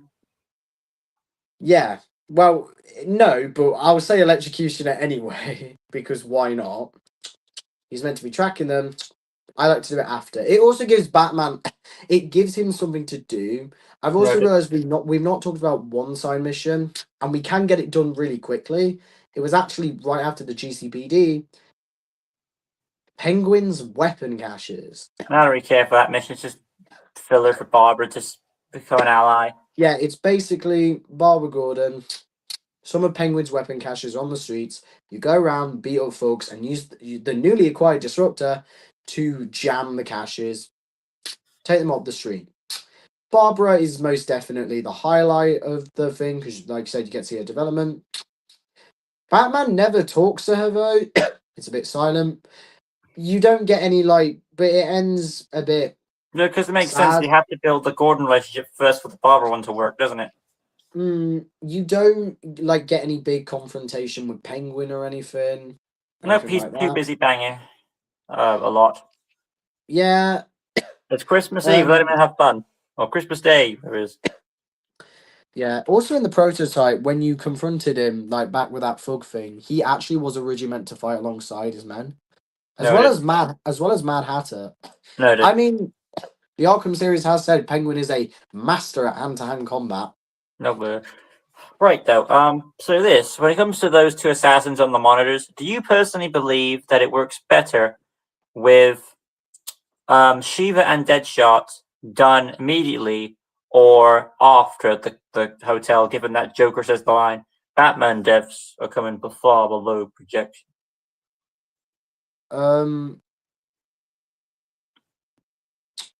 I personally, just from my point, I think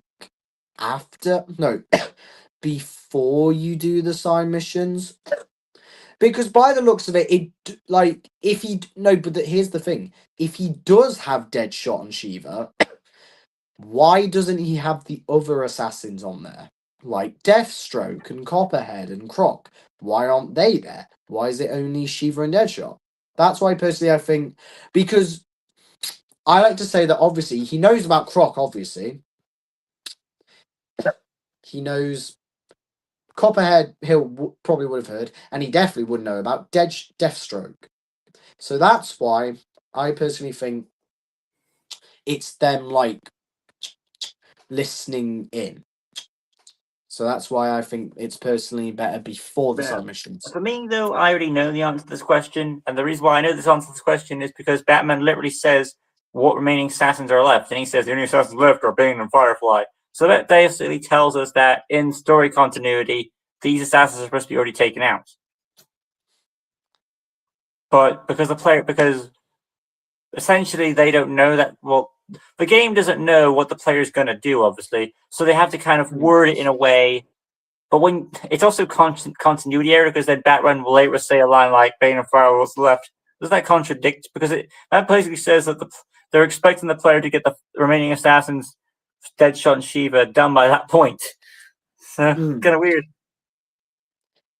I also, it's just a bit strange when you also have Alfred being like, "Sir, something's happened," but then there's Alfred being like, "Sir, you've got to get to the Gotham Royal Hotel now." It's like,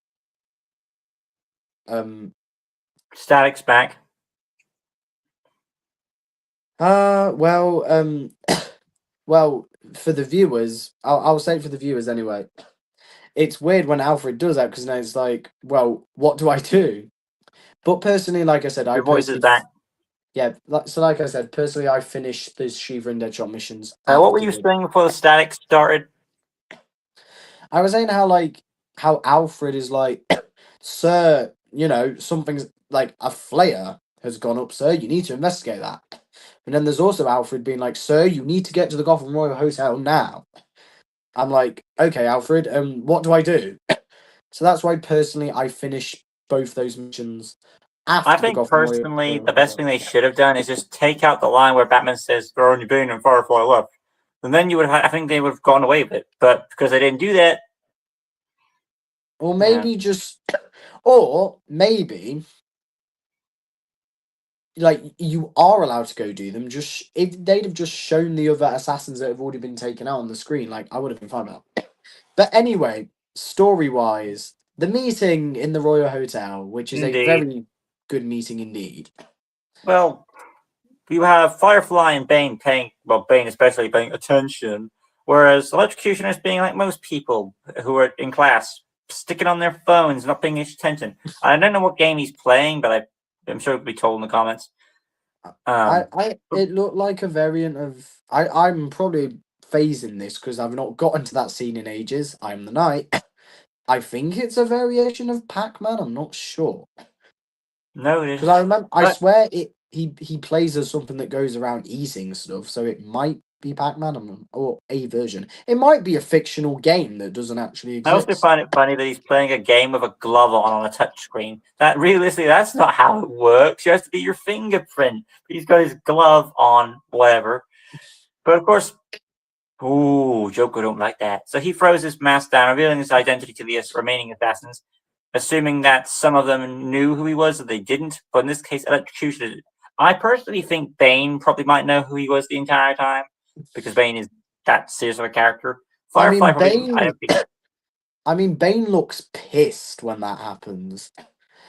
Joker just sits on the table. It cuts to Bane. Bro just looks so unhappy. I don't see why. Does it really matter who your boss is? I think he even grumbles, like he grunts at something.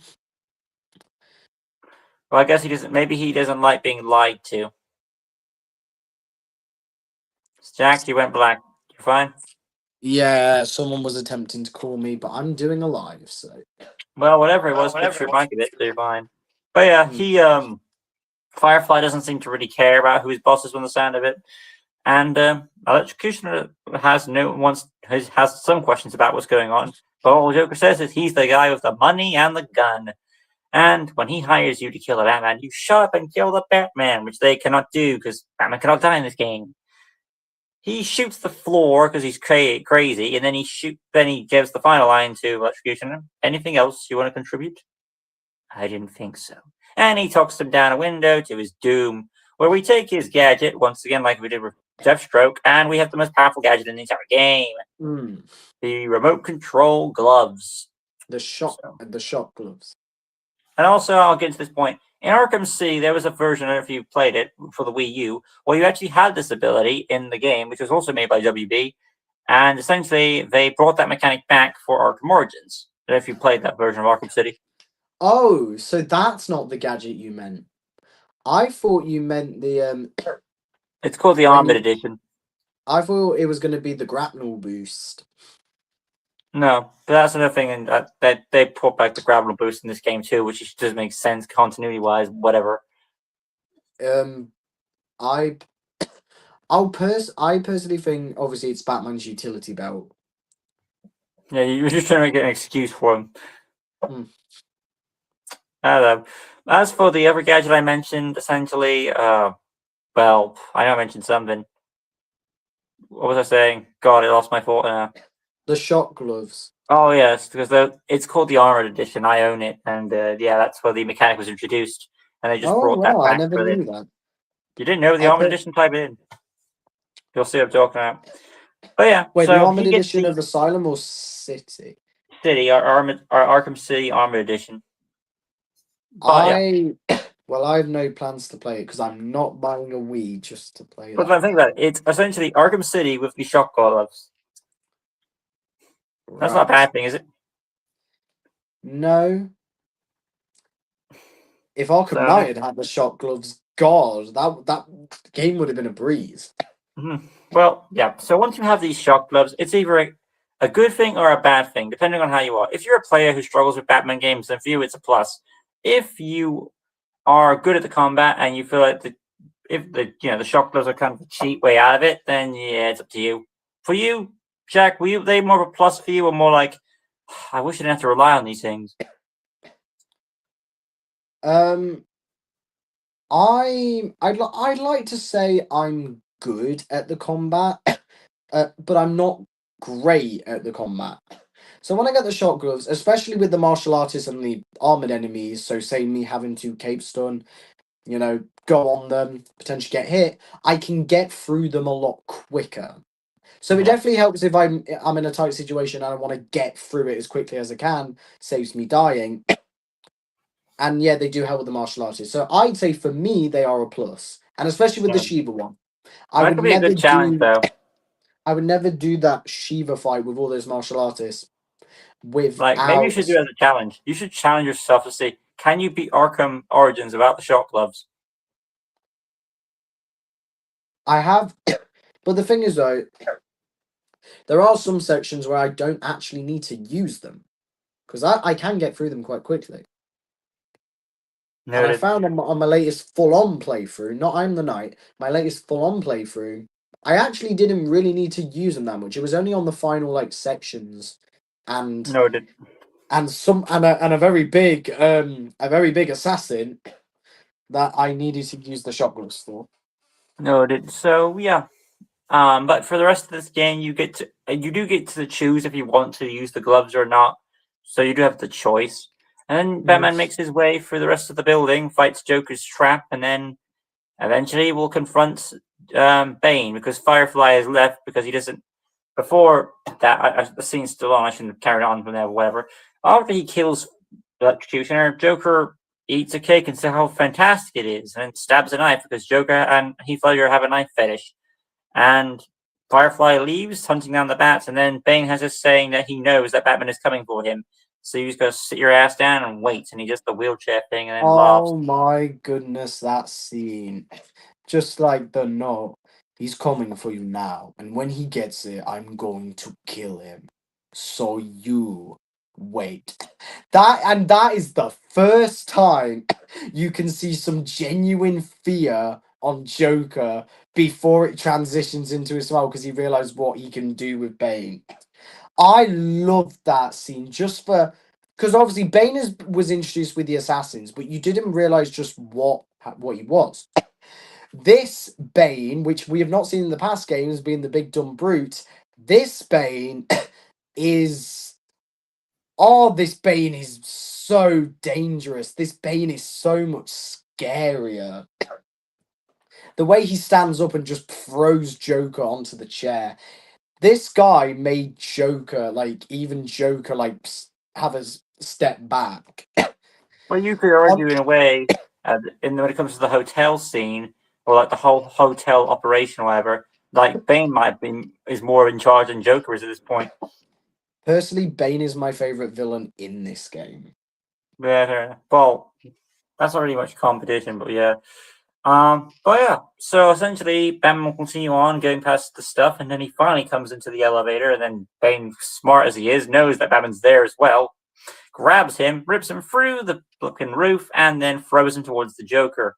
Before he can confront him, though, he's like, I want a piece of him, but he gave his word that he would let the Joker have, was it 1 minute? 1 minute. You And actually, have I actually one. did some research. I actually counted the 1 minute, and he does literally show up in that 1 minute. Yeah, So I for like appreciate there's a lot of details in this game that I do really appreciate. in their confrontation, Joker, which is very great, my ad, he essentially says, "I'm mad as where he comes from," and then he will show that he has these bombs locked onto buildings, which I think the Dark Knight Rises uses this idea too. And then he blasts up blasts one of the bombs, and he does the Padre de la Battery. So How he many does take advantage lives of have you it. just taken? None, I think. That was just a stocking stuffer, a mere image passing my view. But this one isn't. And he rips the bomb off and is about to beat up Joker until Bane steps in, and we get the fight that we've all been waiting for: the Bat versus the Bane. And then we have levels of the fight. First, he has his jacket on, then he takes it off, WWE style. And then you fight Charging Bane, and then Charging Bane will go outside, and you fight Charging Bane out there. I was like, "You need help. I'm calling Commissioner Gordon." "No, not now." Which he says a lot for this game. "Not now, Alfred. Not now." Fuck you. He calls him anyway. The Bane train. Arguably one of the hardest moves to dodge in the entire Arkham series. No, when it comes to Bane, you fight him about once inside the thing with jacket on, twice. Okay, do you count him inside as one fight, or shall we split up where he has the coat on inside one fight, or as in when he takes it off inside is another fight? I personally count the entire hotel, like the entire sequence from when he's inside to when he's outside as just one boss fight.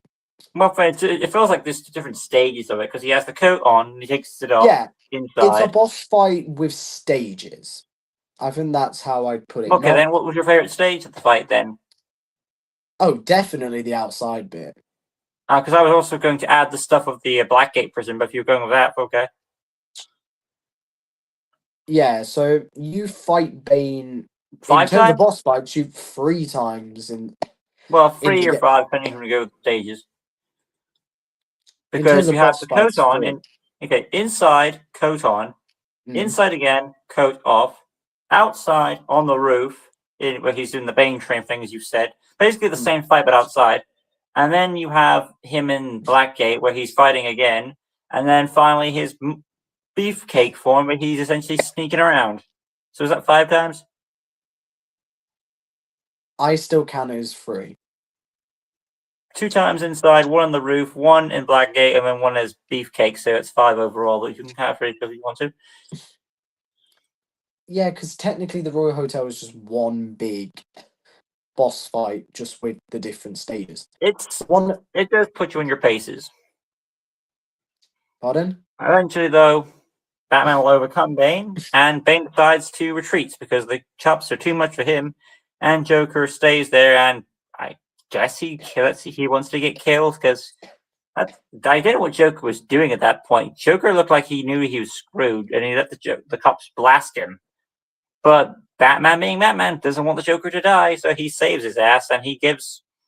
This is where the Joker gets interesting for us because.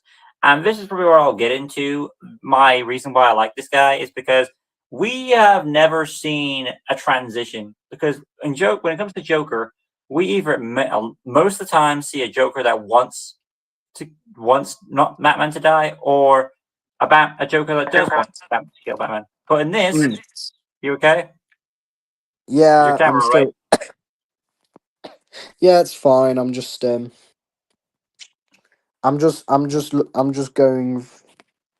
looking at something, but it's all right, though. Don't worry.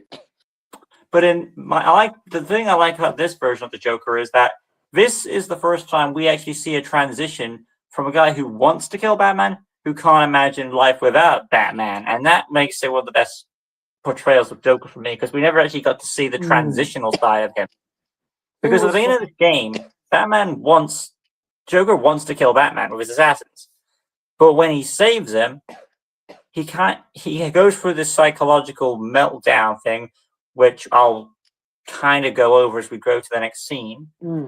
But yeah, he starts to question why would someone like him save him after he's trying to kill him for this entire game. He then kills his 2 henchmen and then realizes that Batman will not let the Joker die when he tries to pull a gun on himself. And that makes it more fun for him in a way, because it gives him something to thrive for, like how in Megamind, Metro Man, and all that shit.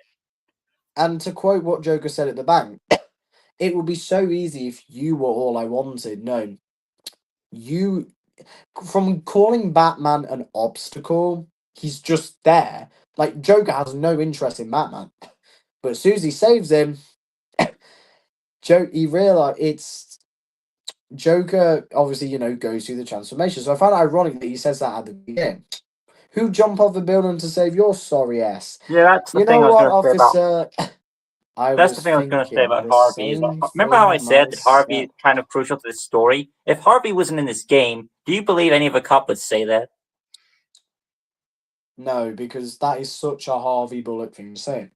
But you So in know a what, way, Harvey officer? is responsible for the Joker's, transformation. In a way, of his obsession with the Um, Batman. I wouldn't go as far to say him saying that is a transformation. I feel like it's just a thing he's saying.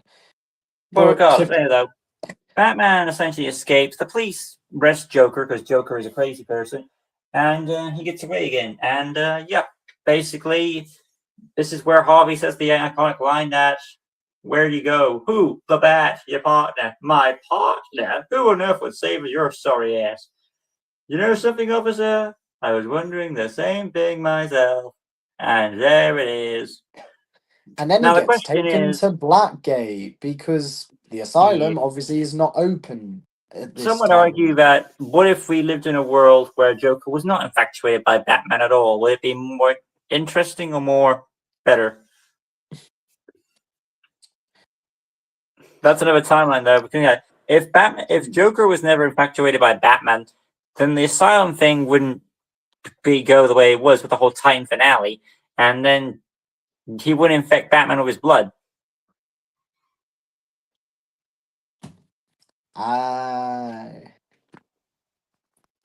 right? But also, technically, it's Shiva who convinces Quincy Sharp, if you on the audio tapes, to actually reopen the asylum. That was Because Lady Shiva. obviously, yeah, in the tape, Shiva actually mentions Arkham Asylum to the Warden, and also because the later DLC, it Well, obviously Shiva must be in disguise if she's trying to was interview shot. Quincy. Oh, it actually is the actual Shiva. Because obviously, remember her master, Ra's al Ghul, because that obviously leads into that and leads into Hugo Strange. It's all connected. I doubt it was all connected because I just find it a bit stretched that she made Arkham's asylum, but whatever. Because that's kind of a big. This whole thing feels very strange. Rage is very elaborate. Like he wants to get Batman on his side, but these big elaborate plans mean nothing because it doesn't really matter. Anyway, though, carrying on with the story, after he's sent to Blackgate, encounters Harley, and because he's talking about how much he's infatuated with Batman, Harley misinterprets that as herself, and Joker sees an opportunity to have someone else on his side and smiles because he knows Such, exactly what he's doing. just want to say, Yep. such a good scene. So Yep. that manipulation is so good. Like that is honestly that is one of my favorite scenes in the entire game. It's Yeah, so I think I good. also like it for the fact that it it's more twisted compared to other versions. How Harley's joined to the dark side is because Mm. in other scenes it's just that you're supposed to feel sorry for him because he's the victim, but in this it's more like he's talking about the person he really cares about, and she misinterprets it some way because she's just met him. It's weird as Mm. herself because he says the famous line that someone's name who I haven't met until I know about tonight, and she thinks it's her for some reason. My So name's my name's Harleen. Harleen. Do your friends call you Harley? Also, to add on, for all the people now, this is where also some people wonder in terms of the continuity in canon, because in Asylum, yeah, it's said that Joker and Harley met at the asylum, adapting the Mad Love story. In this game, obviously, it says they first meet at Blackgate, but the actual law actually has a fix for this. In what's that? Arkham Shadow, when it comes to the Asylum tapes, it actually reveals that Joker and Harley in this little twisted game pretend to keep meeting each other for the first time. It's also so that it throws everyone off the trail, so that it doesn't you don't think that Harley is a known associate, But the question like, is, why to would the Harley prisoner. want? Why would Harley want to fake tapes of them already meeting? For what purpose? Because she's drawn to him, and obviously he manipulates her. It's this little twisted game that they keep I just don't playing. understand what the Joker's getting out of this. But then again, he's a crazy person. He is a psycho. People always say, "Oh, Joker deep down is a smart person," and yeah, I get that, but he's more crazy than he's smart. Yeah, but like I said in Asylum, there are times where he is fully like serious, and you can tell he's in control of his actions. He just uses, like, the psycho to cover it up, even though obviously that doesn't make him any less of a bad person than he already is. It is kind of like that. Pressing on with the story after that little shit, this is where Batman reveals there are two assassins left, and he's pissed off with Alfred for calling help, because that's another thing in this game. Batman does not want to accept help, either A, because of his stubbornness, or B, because he doesn't trust anyone. I don't know. You can argue why. Both reasons are solid factors of why he doesn't. Maybe to protect his no kill rule, which he'll retcon, and then, or for that he doesn't trust anyone, which you can't blame him for that either. Mm. But he trusts Alfred, so what are you gonna say there? So Master Bruce, stop. I will not in good mind allow you to yeah, that's go. that famous scene. Alfred, who So do you see? Who do you see when you look at me? The boys whose shoes used to tie every morning. The kid you drove to his first date. While you are in here, I am out there. The only thing between the innocent and the thing, you may be, but not maybe. I am. When the mugger or the thief stops to think twice, that is fear. That is what I am. That is why they hide assassins. So no, Alfred. There probably is a little bit in between, but I so haven't got to no. the scene yet. Okay. I am the reason criminals breathe easier when the sun comes up. So no, Alfred, I am not in over my head. Tonight will not be my end, but it will be theirs. You done? Ah, sorry, I just I don't know why you said that, because you should have waited a few moments till I got to the point, but whatever. sorry. I love that monologue so You much. could, yeah, but you could have just waited a few more seconds, you'd have had it. Anyway, Bane says that, well, Alfred wants him to stay. He's like, no, you still got Bane and Firefly, so I'm going out there again. He leaves, and then he gets that famous speech that was you Bruce, were stop! supposed to I will have. not, in good mind, allow you to Don't go go. over it You're again. unmatched, puppy. Anyway, in shortness is that they make up after he leaves. That's how it is, people. And then they carry on. He goes to the morgue and finds one of Bane's men there. It's not Bane anyway. This eventually leads to a goose chase after Bane, and then he finds out that Bane has figured out who Batman is. Dun dun dun. He has to go back to the Batcave to stop Alfred from getting hurt, but he realizes that Firefly is making his move finally and is on the bridge. And this is where Batman has a choice to make: go to Alfred to save his ass, or go and stop the people on the bridge. Obviously, he chooses bridge because there's more people, and he believes that there's more people there, or something like that. But when we get to the bridge, there doesn't seem to be much people on it, apart from the cops. And maybe there were actually civilians in the train cars, so I guess there's more people at stake. Very Spider-Man 1 movie, right? It's a bridge with train car. I'll be honest, one of the biggest things I wish we could have seen from the Batman Arkham games was actually interacting with, like, some people. I mean, like you said, there are some people in the train and that, but I No, wish Batman could I have think actually Vicky Bell's interacted one with of the them. people. I could be wrong. She's in Blackgate at the Oh beginning, yeah, but she is. it's a random woman. Would you say that overall Batman made the right decision, or should he have gone for Bane first? Well, obviously, he says to Alfred to lock down the Batcave. So, in his mind, at least the cave is locked down, so Bane cannot get in. Firefly is putting innocents at danger. He plans to blow up the Pioneers Bridge. Batman cannot allow that. He needs to stop Firefly. And also because technically it goes into a very impressive set piece with the Pioneer's Bridge. The only useful thing it does, by the way, apart from having to traipse across the bridge, which takes like 3 minutes. And that's why they have a fast travel mod. Noted. So in shortness, you believe Batman made the right choice not going after Bane? Oh yes, because also obviously we know what happens to like Batman and Bane anyway. Yeah. But so let's take it. Let's say, for example, he did go for Bane. Ignore that shit. That means people would die on the bridge, and Batman will not. It depends if Batman can get over that shit. And That's a also little debatable. it also obviously progresses his relationship with Gordon, which is really cool. It's not that's obviously, another one of the highlights here. We get to see Batman and Gordon's Yeah, relationship that, you're develop right in this there. game. That the Gordon relationship wouldn't progress because that's one of the highlights of that part. So if he didn't do that, then they wouldn't progress their relationship. So yeah.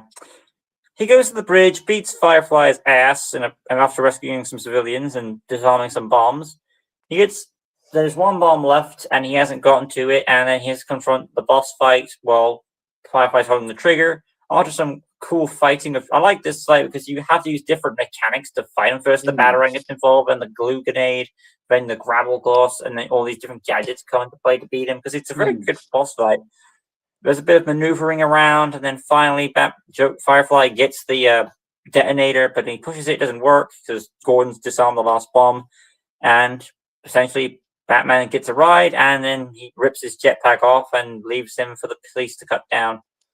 And then Gordon and Batman have a confrontation, saying that they should have worked a bit better with each other. You need But a new overall, Gordon says hobby. we did pretty good though, and then Batman leaves because fuck that shit, because that's what Batman does. Shit, I'm out. That what you want to say about that scene then, about the Gordon stuff? Um, I also like obviously how Alfred. There is a bit where Alfred is like, "Sir, the people you rescued, they're telling tales of a bat that saved them." Batman is obviously being really nonchalant, so he just doesn't brush it off. But obviously, it starts to show that the people are starting to see Batman as a hero. There's so many hints in this game where you start to see people are starting to appreciate Batman. They're starting to see him as the hero that he actually is. He is a vigilante, but he's not. He's not the villain that everyone is making him out to be. He's putting the villains behind bars. He's stopping them. Yeah, but sometimes, in some continuities, they'd say he's also responsible for the villains coming out to play in the first place, because that's not what the assassins are here for. Well, yeah, but obviously they never would have done that if it weren't for the Joker. Well, potentially Bane probably could have anyway, And considering what she he. would still be in there. Yeah, so maybe two. But apart from that, none of the other assassins. I mean, you have Deathstroke, but obviously the Teen Titans not established yet. And yeah, Yeah, I mean, so carrying on, though.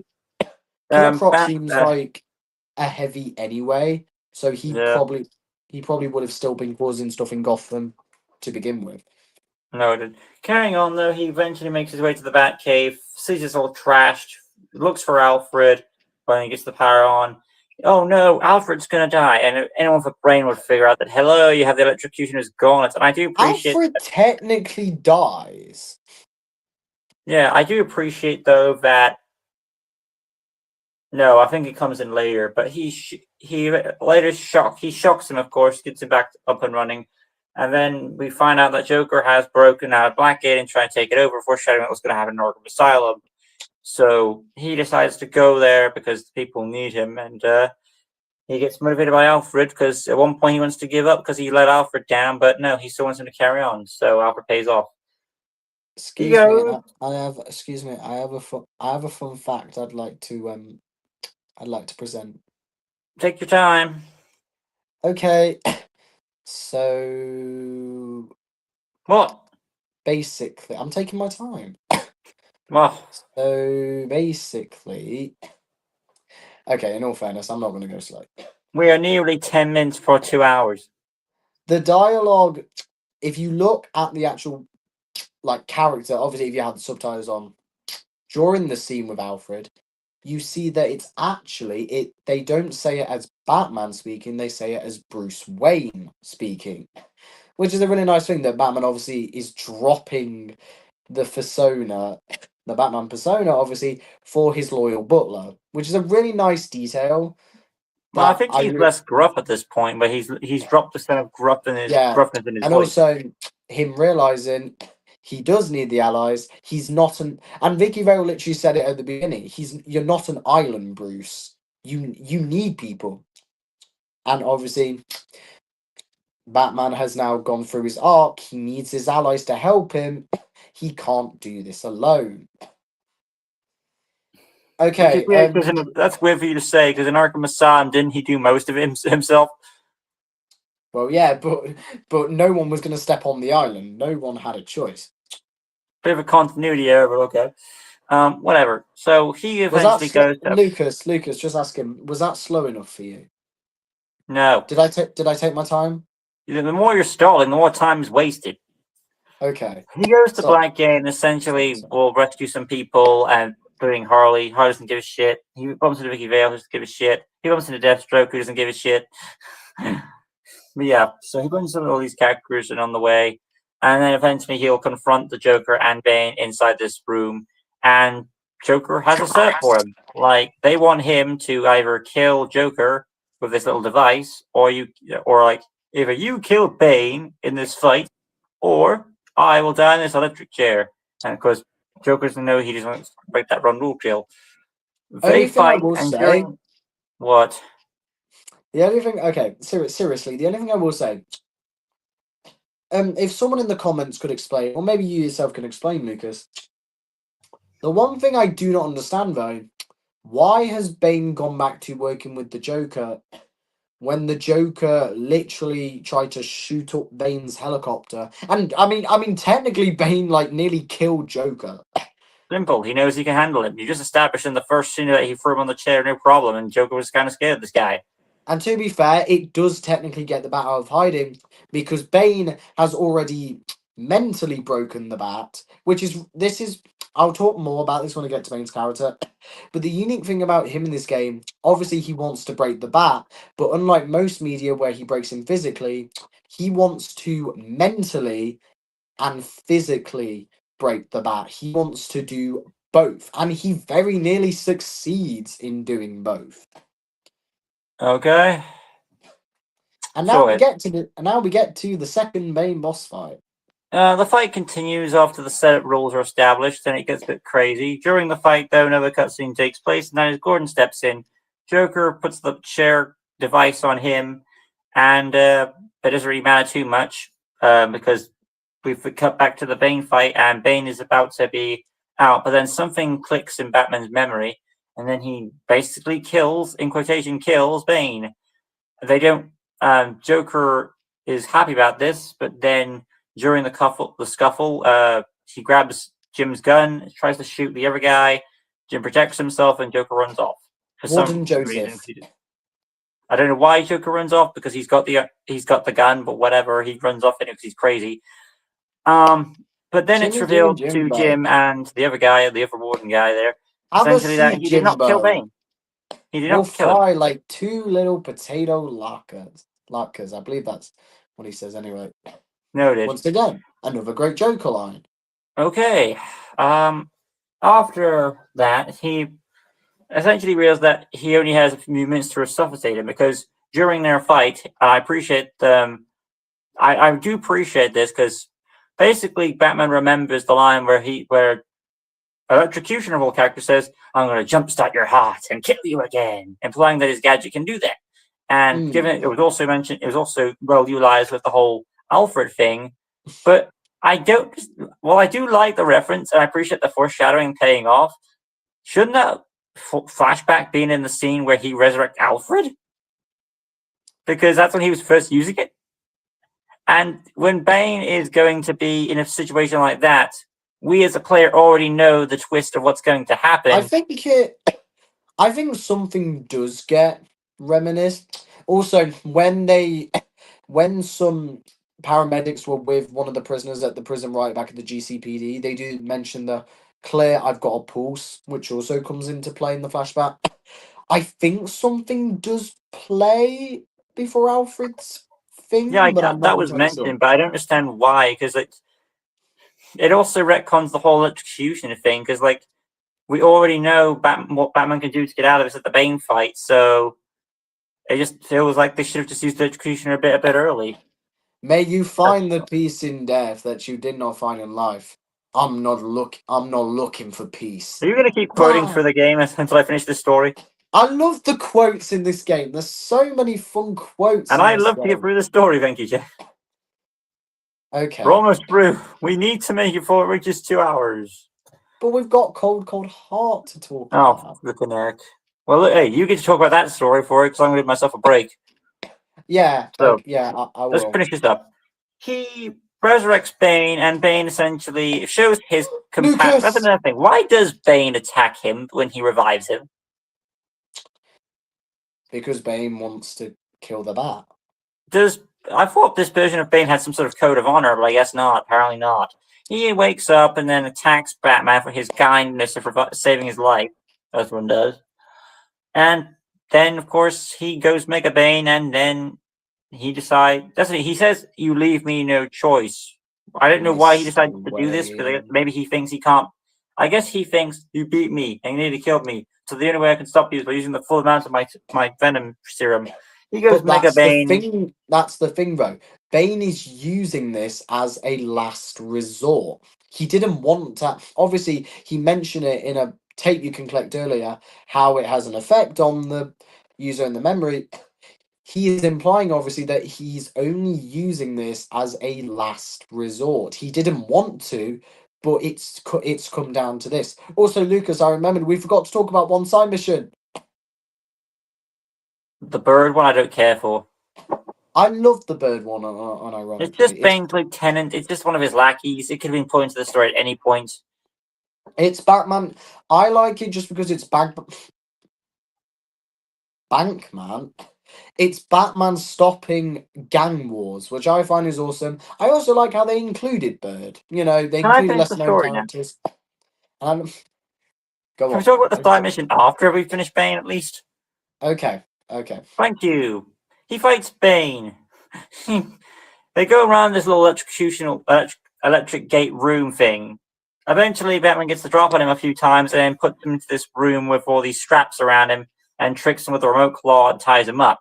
And he reveals that at this point, because of all the electric shocks and the amount of venom he's had, he essentially has lost his memories because we need to keep continuity for Arkham Asylum and the other games. So that's why Bane is dumb in the rest of this franchise. Now, so would you love this Bane? It is how we lose Bane the way we loved him. But given the fact that they have an explanation of why Bane is dumb, does that make you more soft on Bane for the rest of the franchise? Oh yeah. I would gladly take those two other mediocre Bane appearances if it means we get this amazing Bane. And personally, I think it's the best adaptation of Bane ever. Fair enough. Finishing off the story after beating off Bane, Joker's in the chapel and he confronts him in a very weird way. He reveals to him that Bane is still alive, and Joker is not happy at all. It's one of the first times he's got a big frown on his face, and that's not funny. He throws the debt thing around, then he drops the gun out of his hand, throws Joker around left to right, smashing up windows as he do. He's about to kill him, break his no-kill rule, but he comes to his senses and doesn't do that. And he knocks out Joker, and then Gordon shows up, and he says anyone else would have killed him. Well, I didn't, and he says that Gotham deserves better than that. And I do appreciate this scene that even though after everything that's happened, Gordon is still wanting to bring in Batman. Because having him, and people have said this and I agree with them, having him turn that fast to immediately be on Batman's side would have been a lot for one night. And I think that we need more time to progress this relationship. So I think, I haven't seen Arkham Shadow, you have. Are you happy that the relationship between those characters is still going on? They're still rivaling in that game? In Arkham Shadow, they are full on like allies. Oh, okay. They've done it. Screw it. Although that game takes place 6 months after Arkham Origins, and also you have Arkham Origins Blackgate happens, so I'm guessing they did eventually do some stuff in between. Well, fair enough. But like I said, I still think in this timeline, given how much, do you still think Gordon was acting in character, like still trying to turning Batman as the right thing to do? I think he was. Um, I think like the development between them does happen naturally. I'm fine with the pace of how they do it, and when you get to Arkham Shadow, you do really see their dynamic. Noted. So finishing off the story, after that confrontation, Batman gets away. Gordon wonders why. He's like, I wonder why I didn't turn him in. I mean, what the fuck is he talking about? Batman just left on his own accord when he pulls at the Batman every time. But But then, whatever. He leaves. He says that in a way somehow Barbara inspired him. Whatever. Blah blah blah. And then you have that speech at the end credits, of course, with Quincy Sharp and Lady Shiva, as you say. And then you have Joker taken into Blackgate, which will then later be transferred to Arkham Asylum. All stopped setup is his paid off. heart. Good one, Bats. Oh, this is going to be fun, and I love that. I love that. Well, yeah, that's And the then story of Arkham Origins. Arkham Overall, Origins. the story has one. It starts at one place and ends in a completely different place. It's a nice I would say this.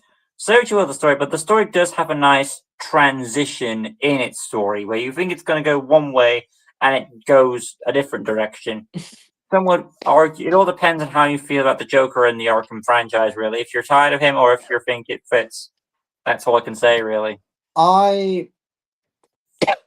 I'm gonna say this. So obviously, like I said, it is my favorite out of the Arkham series. Hear me out. I don't care what anyone says. I think it has a better story than City. I think the villains are done really well in this. Obviously, Joker and especially Bane. Batman's arc in this is really good. It has the best boss fights in the game. There are so many boss fights in this game, and I love it. The side missions are underrated. I really like them. I also think it's the Riddler stuff is easier. Um, in this one, it has some of the best music. It has some of the Yeah, best dialogue, and I still am begging that someday this game will get remastered I doubt because it. They didn't think they won't do it. god damn it, I want this game on the PS5. Well, to be honest, at this rate, it'd probably be the PS6.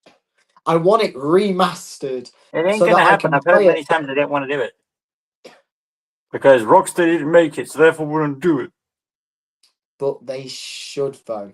Fans have wanted Yeah, it for many a year. They deserve it. And yes, like I said, the Joker and Black Mask stuff, you can agree, is hit or miss. But from what we got, I am incredibly grateful for it, and it does do a really good Joker story. well, a Joker That's story I haven't seen before. that's why I really admire it. So, do you want to go? Do you want me to go to DLC, or do you want to talk about the characters? I'm gonna be brief because Joker was essentially mainly talked about through the story analysis. But like in shortness, like I said, the reason why I like Joker in this game is because it does something that I haven't seen a Joker story do before. Is the transitional story, Hmm. and we have. Correct if I'm wrong. I don't believe we've ever had that before, have we? Where it's like from a Joker that wants to kill him to can't imagine life without him. No, I don't think we've ever had that. So For there you go. me, to talk about talking about the Batman in this, like Oh I yeah, mentioned but earlier, Batman and yeah. Joker have two different voice actors. They are voiced by Kevin Conroy, Mark Hamill, Roger Craig Smith, and Troy Baker. Lucas has already talked about Joker, so I'm not going to go into that. Batman. Roger Craig Smith is a worthy successor to Kevin Conroy. And He now he is portrays essentially the him. young, like vengeful, lot more aggressive, earlier stage Batman Kind of to like Wolverine in eventually. a way. And personally, this is my favorite this is my favorite interpretation of Batman in the Arkham games because he goes through an arc. Like I said, going from this aggressive guy who works alone to realizing he needs allies and becomes a lot more tame. He's a This was lot a bit of a more. shock for you to say that you like this version of Batman compared to Kevin Conroy. You think he's better? Obviously, Kevin Conroy is the definite voice for Batman, but Roger Craig Smith is a very worthy successor to Kevin Conroy. Like I said, he portrays the young Batman well. Batman's arc in this is just so good. And you especially feel it, and I will say, especially in Arkham Origins, Blackgate and Shadow, you feel him go into that calmer, more, assertive Batman that Kevin Conroy will eventually do. He will not go straight in. Obviously, Batman in this is smart, but he won't go straight in, fist a-blazing, ready to choke the living daylights out of a thug. He will confront a thug and he will talk to them. If they refuse, he gets more aggressive. He does it as a thing. So you definitely see this young Batman in only his second year. This is his second year being Batman.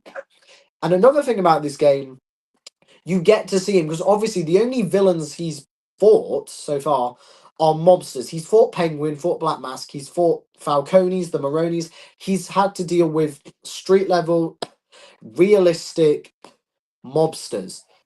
In this game, he's obviously introduced to the more colourful villains with powers. So that, Powers. yeah, well, at least more super enhanced, like The only Deathstroke. villain with powers is Bane, though, isn't it? Yeah, but you get to see them with more enhanced and more the colourful bunch, like Deathstroke, like Copperhead, like Bane, like Electrocutioner. Fuck You you. get you get to see these villains, and it's really cool. So that was something I really liked about Kevin Conroy's, well, not Kevin Conroy's, Roger Craig Smith's portrayal of Batman. The assassins all have, if you want to talk about the assassins as well, they all have their different personalities. So it does make them really unique. Obviously, out of all of them, Bane is the main assassin that gets used a lot. And I really do want to talk about Bane because I do love him in this game. We'll be brief of it. Okay. Bane in this game, obviously, compared to the first two games, we get the smart, comic accurate version of Bane. And I love him. He's so smart and cunning. Learning Batman's identity, breaking him mentally, getting ready, and he nearly wins. Bane nearly wins in doing it. Little does he know that obviously, Batman has come prepared. He's ready for it.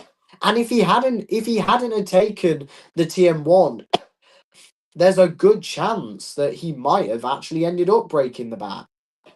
No, that's But another thing, though. Like Hugo Strange, he doesn't reveal Batman's identity at any point. yeah, but obviously, no, but that's where the Bane level of respect comes from.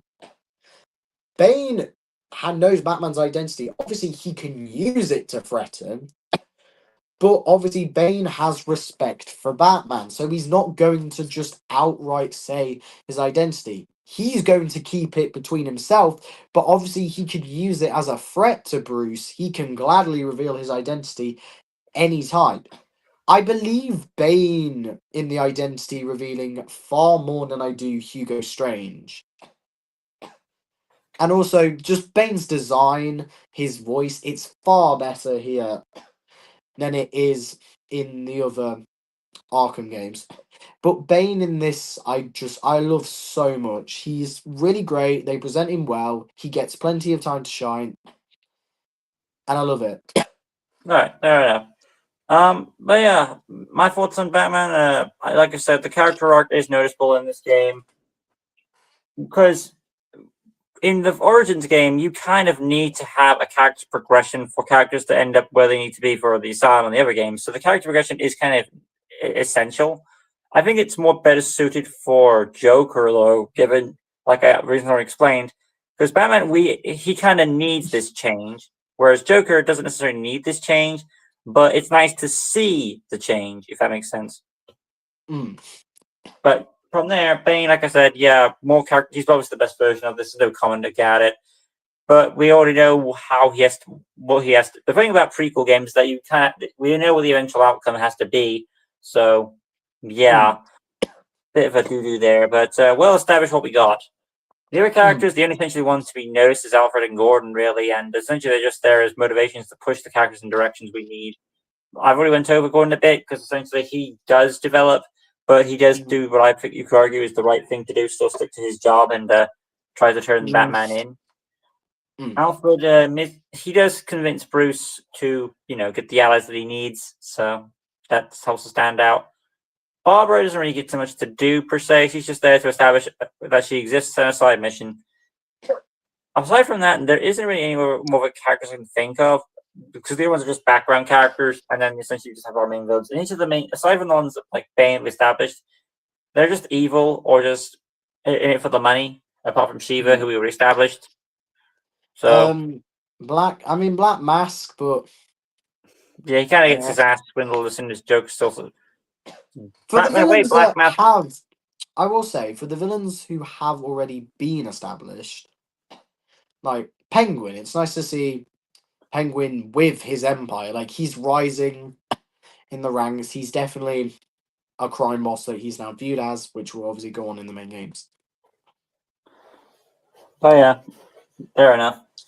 But yeah, I think I'm going to wrap it up there on the character stuff because, like I said, the other characters that we didn't talk about didn't really get much progression because they don't. They have to remain. They have to remain where they have to be for the other games. Black Mask, yeah, it doesn't get much to do, unfortunately. He never was actually in the game at all. He was basically locked in a cupboard for a short time until Joker revealed him just to make a laugh about it and toss him out. And he gets tossed out in the streets, and he kind of loses some of his power. He does get his power back when he's been knocked off in the future, but so yeah, we would have been over Black Mask. But yeah, I think we'll transition to the gameplay, and then we'll go into Cold Heart, and we'll answer questions at that point. Gameplay-wise for Arkham Origins, it's essentially the Arkham City stuff with some added tweaks like the electrocution of gauntlets and some of the gadgets being swapped around. Like instead of the line launcher, you have the remote claw. Instead of the hacking disruptor in the Arkham City, you have like a gun for it. The glue grenade is the exchange of the freeze grenade. It's essentially the same combat. You just have more different variations of goons you have to fight. And map-wise, it's nice to have snow. It is a bit curious that there's a blizzard, and that's the excuse of why the people are inside. Because the first two games, it's some sort of prison facility. There wouldn't be any sort of civilians, but this is Gotham City. There's no civilian. Bit of a stretch there. It is nice to see an extended version of the Arkham City map. And that's what I'm going to go on gameplay-wise. Jack, your thoughts? Yeah, like you said, it is basically the Arkham City gameplay, just refurbished. I would recommend, just as a general, I wouldn't play, if you do want to play them timeline order, it will be a bit strange to go from the free flow of this, like the really fast free flow of this game, to the more stiff combat of Arkham Asylum. So that's all I have to say on that. Noted. I think that's all we've got to say. So just two things that are left to do, guys, is the DLC for Cold Heart. There is also the other one, the Ninja one, but it's just essentially a prequel. So I don't think it's really worth talking about. Deathstroke thing, I don't think it's really worth talking about. It's just an extra. It was cool that you did get to play as Deathstroke, granted. Yeah. So yeah, I'm just gonna I know also know about Cold Heart, but like I said, it's just in shortness though, is it really worth telling? In fairness, no, because it's just essentially the Heart of Ice episode from the anime series, just in game form, but it has a bit more details involving the Penguin. So yeah, I'm gonna let Jack have his say about it, and then we'll do comments and wrap it up there because we are approaching 2 hours. We are on 2 hours. So Cold Heart. So since the main game takes place on Christmas Eve and eventually Christmas Day, Cold Heart takes place on New Year's Eve It starts off obviously with a meeting at Wayne Manor. Well, I believe it's a party or something at Wayne Manor with the head of Goth Corp. Mhm. That's how it is. Yeah, Goth Corp, Ferris Boyle. There, it's a big ceremony. A lot of people are there. But then Mister who should crash the party, but Mister Freeze, working with Penguin's goons, and he freezes everything and he kidnaps Ferris Boyle. Batman obviously has to go after Freeze, try and figure out what's going on. And yeah, it is. This basically adapts a Heart of Ice situation really well. He finds out that Penguin is working with Freeze, lending him the weapons and so.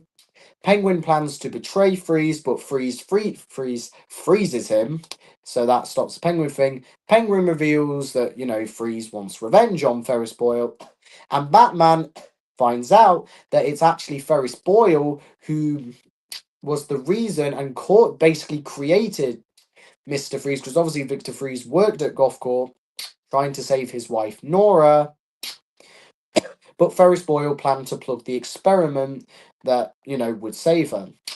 He pushes Freeze into some chemicals, which end up turning Freeze, his temperature really, below zero, really cold, and so he can only survive in cold temperatures. So Freeze wants Ferris Boyle so that he can help him, fix Nora, so he can help cure Nora and bring her back to life. Batman confronts Freeze, but obviously Freeze's powers are no match. Batman's no match for Freeze's ice powers.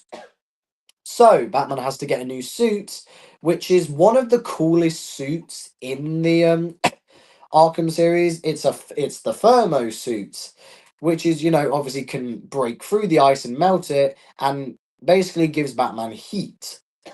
He confronts Freeze in his lair, and he goes through the things, defeats the thugs, takes down Freeze, and yeah, Freeze does manage to freeze Batman, however, and Boyle actually starts to kill Freeze and beats Freeze, weakening him because Freeze has obviously been weakened from the boss fight. Batman saves Freeze, however, and knocks out Boyle. He heals Freeze and says he forgives Freeze, and obviously, sadly he can't cure Nora, but he'll do all he can. And it ends with Freeze basically being grateful for Nora that he's alive, and it ends obviously with the shot of Nora. In the credits, the audio shows how Freeze, Penguin, and Boyle have been sent off to prison. They've been sent off to Blackgate, with the talks of Quincy Sharp planning to reopen Arkham Asylum due to not only the Joker's antics in the main game, but with Freeze getting out, he plans to reopen Arkham Asylum to put the criminally insane in. It's a very fun DLC. It adapts arguably one of the best episodes of the Batman animated series, Heart of Ice, really well. And the little side things you do, like Anarchy's riots and the Freeze victims, I believe, they're little things. There's not really much to do, but it's a very fun DLC to play. And sadly, you can't play it on a console anymore. You can only play it on PC. But if you do own one and you really want to play it, then definitely play it. It's a very fun DLC. It's got a great story, and it is a very good adaptation going off of Arkham Origins. In my opinion, it's the best DLC actually in the Arkham series. Even if it's So a that's all. repainted Heart of Ice. Yeah. So that's all I have to say on that. Right And then, so we do so, have the comments left, and we're going to wrap up the video because we're probably a bit tired now. Now I'm going to ask Jack this: do you want people to stop typing in comments until you caught up with them, or just still type them in? yeah. I'm looking at the comments now. I'll read them. Lucas will answer them, and then Yeah. I'll follow on. So we first had hi from these first few are from Adam. Hi, nothing wrong with a long stream. Well, yeah, but I know Lucas has something to do after this, so try not to. Real J, good to have you back, man. Good morning or afternoon, guys. Hopefully y'all are doing well. Yeah, we are. Lucas, you doing well? No. Good. Adam, hey Jay, we are all doing well, thanks. Hopefully you are as well. Lucas and Jack have said at the start of the stream, due to the chaos of the comments from last stream, they're going to wait till the end. Yes, Adam, and here we are now to read the comments on Zoom. Sorry, ran out of space for comments in previous sections. Real J, yeah, that makes sense. I'm doing well. Also, thanks for asking. There's some nice banter here in the comments, actually. OP Manga, my first stream I've joined from Lucas Green. Well, nice of you to join a stream from Lucas. Welcome to the stream. I do wish more of the Arkham games had I Am the Night, such a fun mode. Lucas, your thoughts on this? Yeah, I like that too because I think it's a well-utilized thing. Of course, this is the third game in the series, and 2 games would have been done, so it's kind of unavoidable. But Arkham Knight could have had it. Yeah. You do get a trophy for beating Deathstroke and Shiva without taking damage. Yes, you do. If you don't take damage, well, I've only done it with Deathstroke, getting the achievement, which was cool. I've not done it with Shiva. I didn't know you could do that with Shiva. Are these Arkham games based off any of the movies? Don't think so. You could argue that no. No. There are elements in them that resemble some of the Dark Knight games from what I've seen, but nothing too elaborate. That is like every game feels like its own original thing. Yeah. I believe Arkham Asylum is based off the comics. Yes, I was about to say the first game I believe is based off the Arkham Asylum comic. There was a movie made though. Yes, there was. I saw on Arkham, but I've not seen it. I don't know if Lucas has. Nope. Yeah. I don't know much about DC, but it's Deathstroke, the blue and orange character with regenerative abilities that had a hilarious death battle with Deadpool. Yep. Yeah, Deathstroke is basically the DC version of Deadpool, which is actually what Deadpool is actually based off of. Deathstroke is actually the original. Yeah, Slade Wilson makes Wade Wilson. Yeah, Wade Wilson, Slade Wilson. Does Deathstroke break the 4-4 as well? No, he does serious. not. Oh, this is just Adam having a conversation with Real J. I guess that's good because it makes Deadpool more of a standout character. But then again, I didn't really care for Deadpool 1 and 2. Deadpool and Wolverine, however, I thought was hilarious, but not one I'd rush to rewatch. Yeah, they are really good duo. Obviously a joke. But if I didn't cover every time Lucas says noted in this stream, I wouldn't have to worry about being poor again. Oh, I've not even noticed that, to be honest. According to all known laws of aviation, there is no way a bee should be able to fly. The bee, of course, flies anyway because bees do not care what humans think. Don't know. I personally don't get that. Jack literally taking his time is probably the funniest thing I've seen all day. I'm glad you found it funny. Oh, Adam, don't fall asleep yet, Lucas. Remember the record for the longest stream you did was over 4 hours. You still got more hours. Thank you, dude. I'm finding the thought of Lucas and Jack finally getting to the comments. I expect to see a bunch of questions only to be greeted by jokes and conversation between myself and Jay, mildly amusing. Lol, can't wait to see their reaction. Well, you're getting the reaction now. I don't know if there's 2 people there. I don't know if it's Adam and Real Jay, but maybe. Batman Story put the Ark in the Arkham games. Oh god. Yes, of course. Ghost Mass, bottom line, man hams oranges peak. Yes, the man meme. I'm glad the man meme is made. Arkham Shadow is also peak. Yes, it is very peak. I think they will give their opinion on that game in the next stream, maybe. And fuss, the comments are now being read. There weren't any questions. It actually was just banter. Oh Well, my god. at least it was more soft. Even the comments were well behaved. There's another comment. Being here all stream. Well, if that's the case, then congratulations. I wasn't expecting you to do that. And why would you want to be here for all stream for this random game? Who was that off of? Huh? Adam. Oh, it was Adam. Well done, I wasn't Adam. expecting to do that. Adam, play the games if you can. They're really good. I mean, I know we basically spoiled the stories so far, but play them. What? You can't really force someone to play it. Do it. It's his decision. Then we can all talk about them. Imagine I don't want to talk about effects for a long time now for this 2-hour video. Anyway, though, last night the Arkham Knights wrap up this game. Then, of course, for me personally, I think the Arkham series ends out at night 1 because the game says so in the back of the game itself. And number 2, the other Arkham games don't seem to match up to the level of the all console games, in my opinion. I think Jack might agree with me on that. Personally, I would say Arkham Shadow, in terms of story wise and of which one I enjoy more, I definitely prefer it to Arkham Knight. Gameplay wise,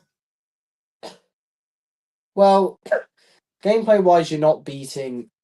Personally, for me, as much as I do like VR, and this was it is one of the first VR games I've actually played.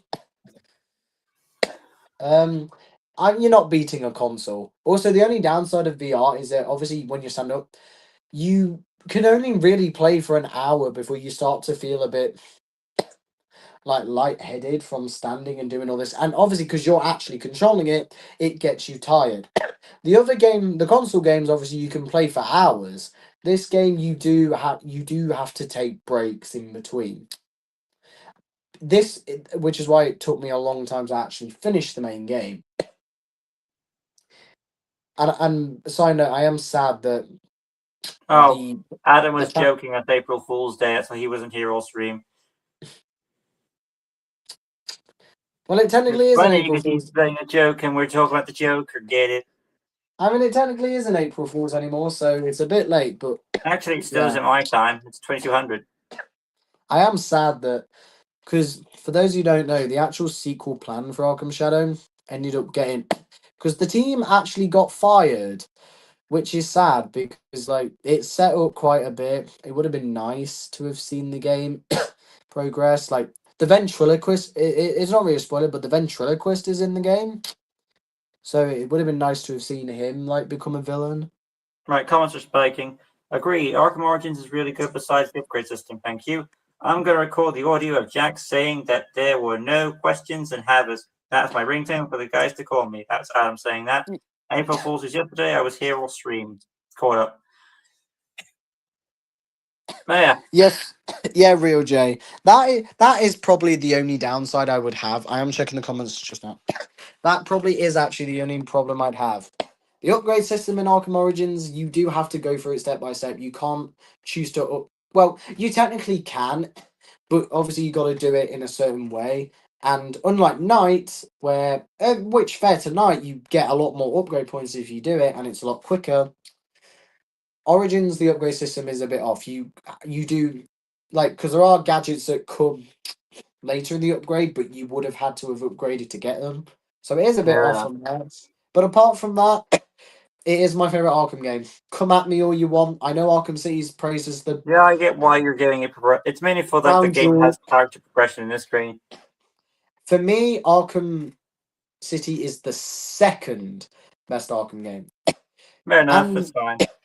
but yeah, to wrap it up, my final score I'm gonna give the game is a 9.5 out of 10. I gave Asylum an 8, City a 9. I'm giving this one a 9.5. 8. There's my score. Would I you? think for me it's like what hold because I do like that the characters have progression, whereas the other games treat their relationship as more like they know they've dealt with each other with years, which makes sense because it's Kevin and Mark talking doing this same old shtick they've been doing for over 20 to 30 years. Yeah. So it makes Where sense. do you personally rank Origins compared to with the three games we've done so far? It all Would depends on you? how I feel really. As a w- gameplay, if we're judging on a gameplay perspective, it's the second best for me. Um, as in look wise, because if you don't know people, this Arkham Origins is one of the games that does crash on people, unfortunately, and the same goes for its follow-up Arkham Knight. Oh, So overall gameplay wise, I would say City is better. Then put um, Origins as number 2, and then or Simon it has to be one by default because it's their first attempt. I Story will wise, say I actually did get lucky my first time playing this. Apart from a few slight little glitches, I yeah, did. it's fine. I got through the story scot free, so I was lucky. Although another time I did play it, I was zipping over to GCPD and the game just decides to crash monumentally. So that's the only big thing that's the only big crash I've ever like had with the The reason game. why I put City as the best in story wise is because the stakes are the highest that they've ever been, and number 2, I don't think they come higher. Arkham Knight tries to have a higher stake, but his plan makes no flipping Scarecrow's plan makes no sense at all. Because the only people who are in Gotham City at that point are his own men. but obviously we will get to that. Yeah, we will. I understand what his plan is, but overall, would you agree? Say that this, but do you think that the stakes are highest in Arkham City than the Origins were? Oh yeah, yeah. The stakes in Yeah. Arkham City are a lot higher than in Arkham Origins. So yeah, there's a lot. There's a lot to like. I think what it makes up for both City and Origins have great boss fights. I would say personally, from what I can gather, City has more memorable boss fights, where Arkham Origins has more to offer on the boss fights because there are 8 of them. It's So when I've mentioned this before. People have the saying: "Asylum best atmosphere, City best story," which personally I disagree with, but we'll go for it nonetheless. Origins best bosses, and Night best gameplay. So fair enough. there is that. Personally, and I will say another reason I like it, this is the game I think has the best boss fights. Because there is so much to offer as well.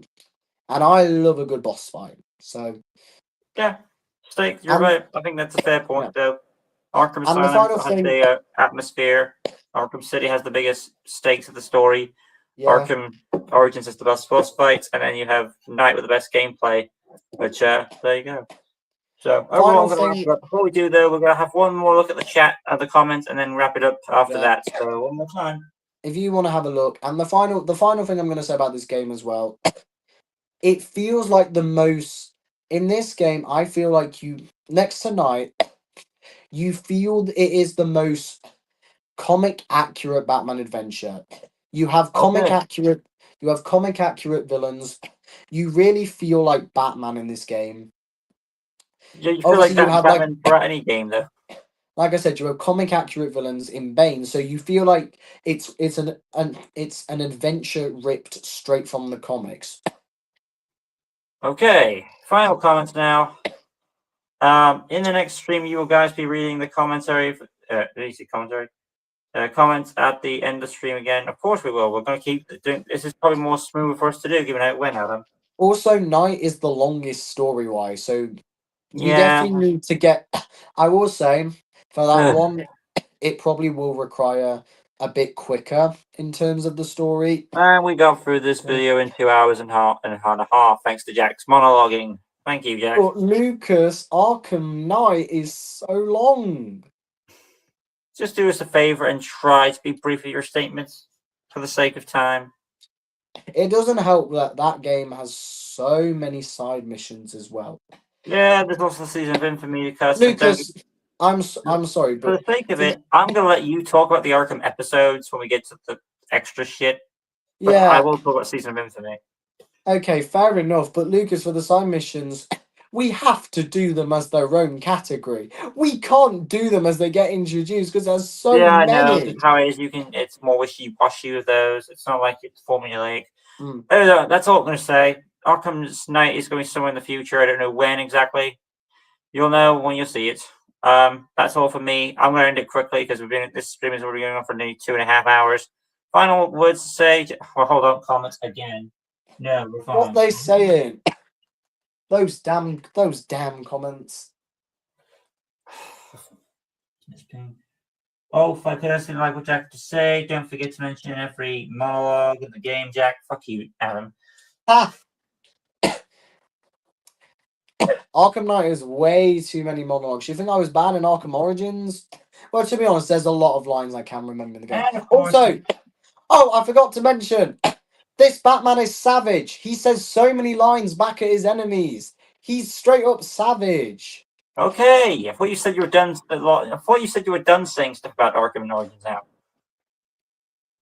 I'm done. Anyway, also congratulations to Adam Fins for being our number one person on the comments because he's got the gold. He's got the crown this time. Adam Ferns. Who's that? Enjoy the Guy? rest of your day, everyone. Indeed. I wonder if next time Jack and Adam will have a rival for that big crown number spot. I'm sure Adam will win. I won't be surprised.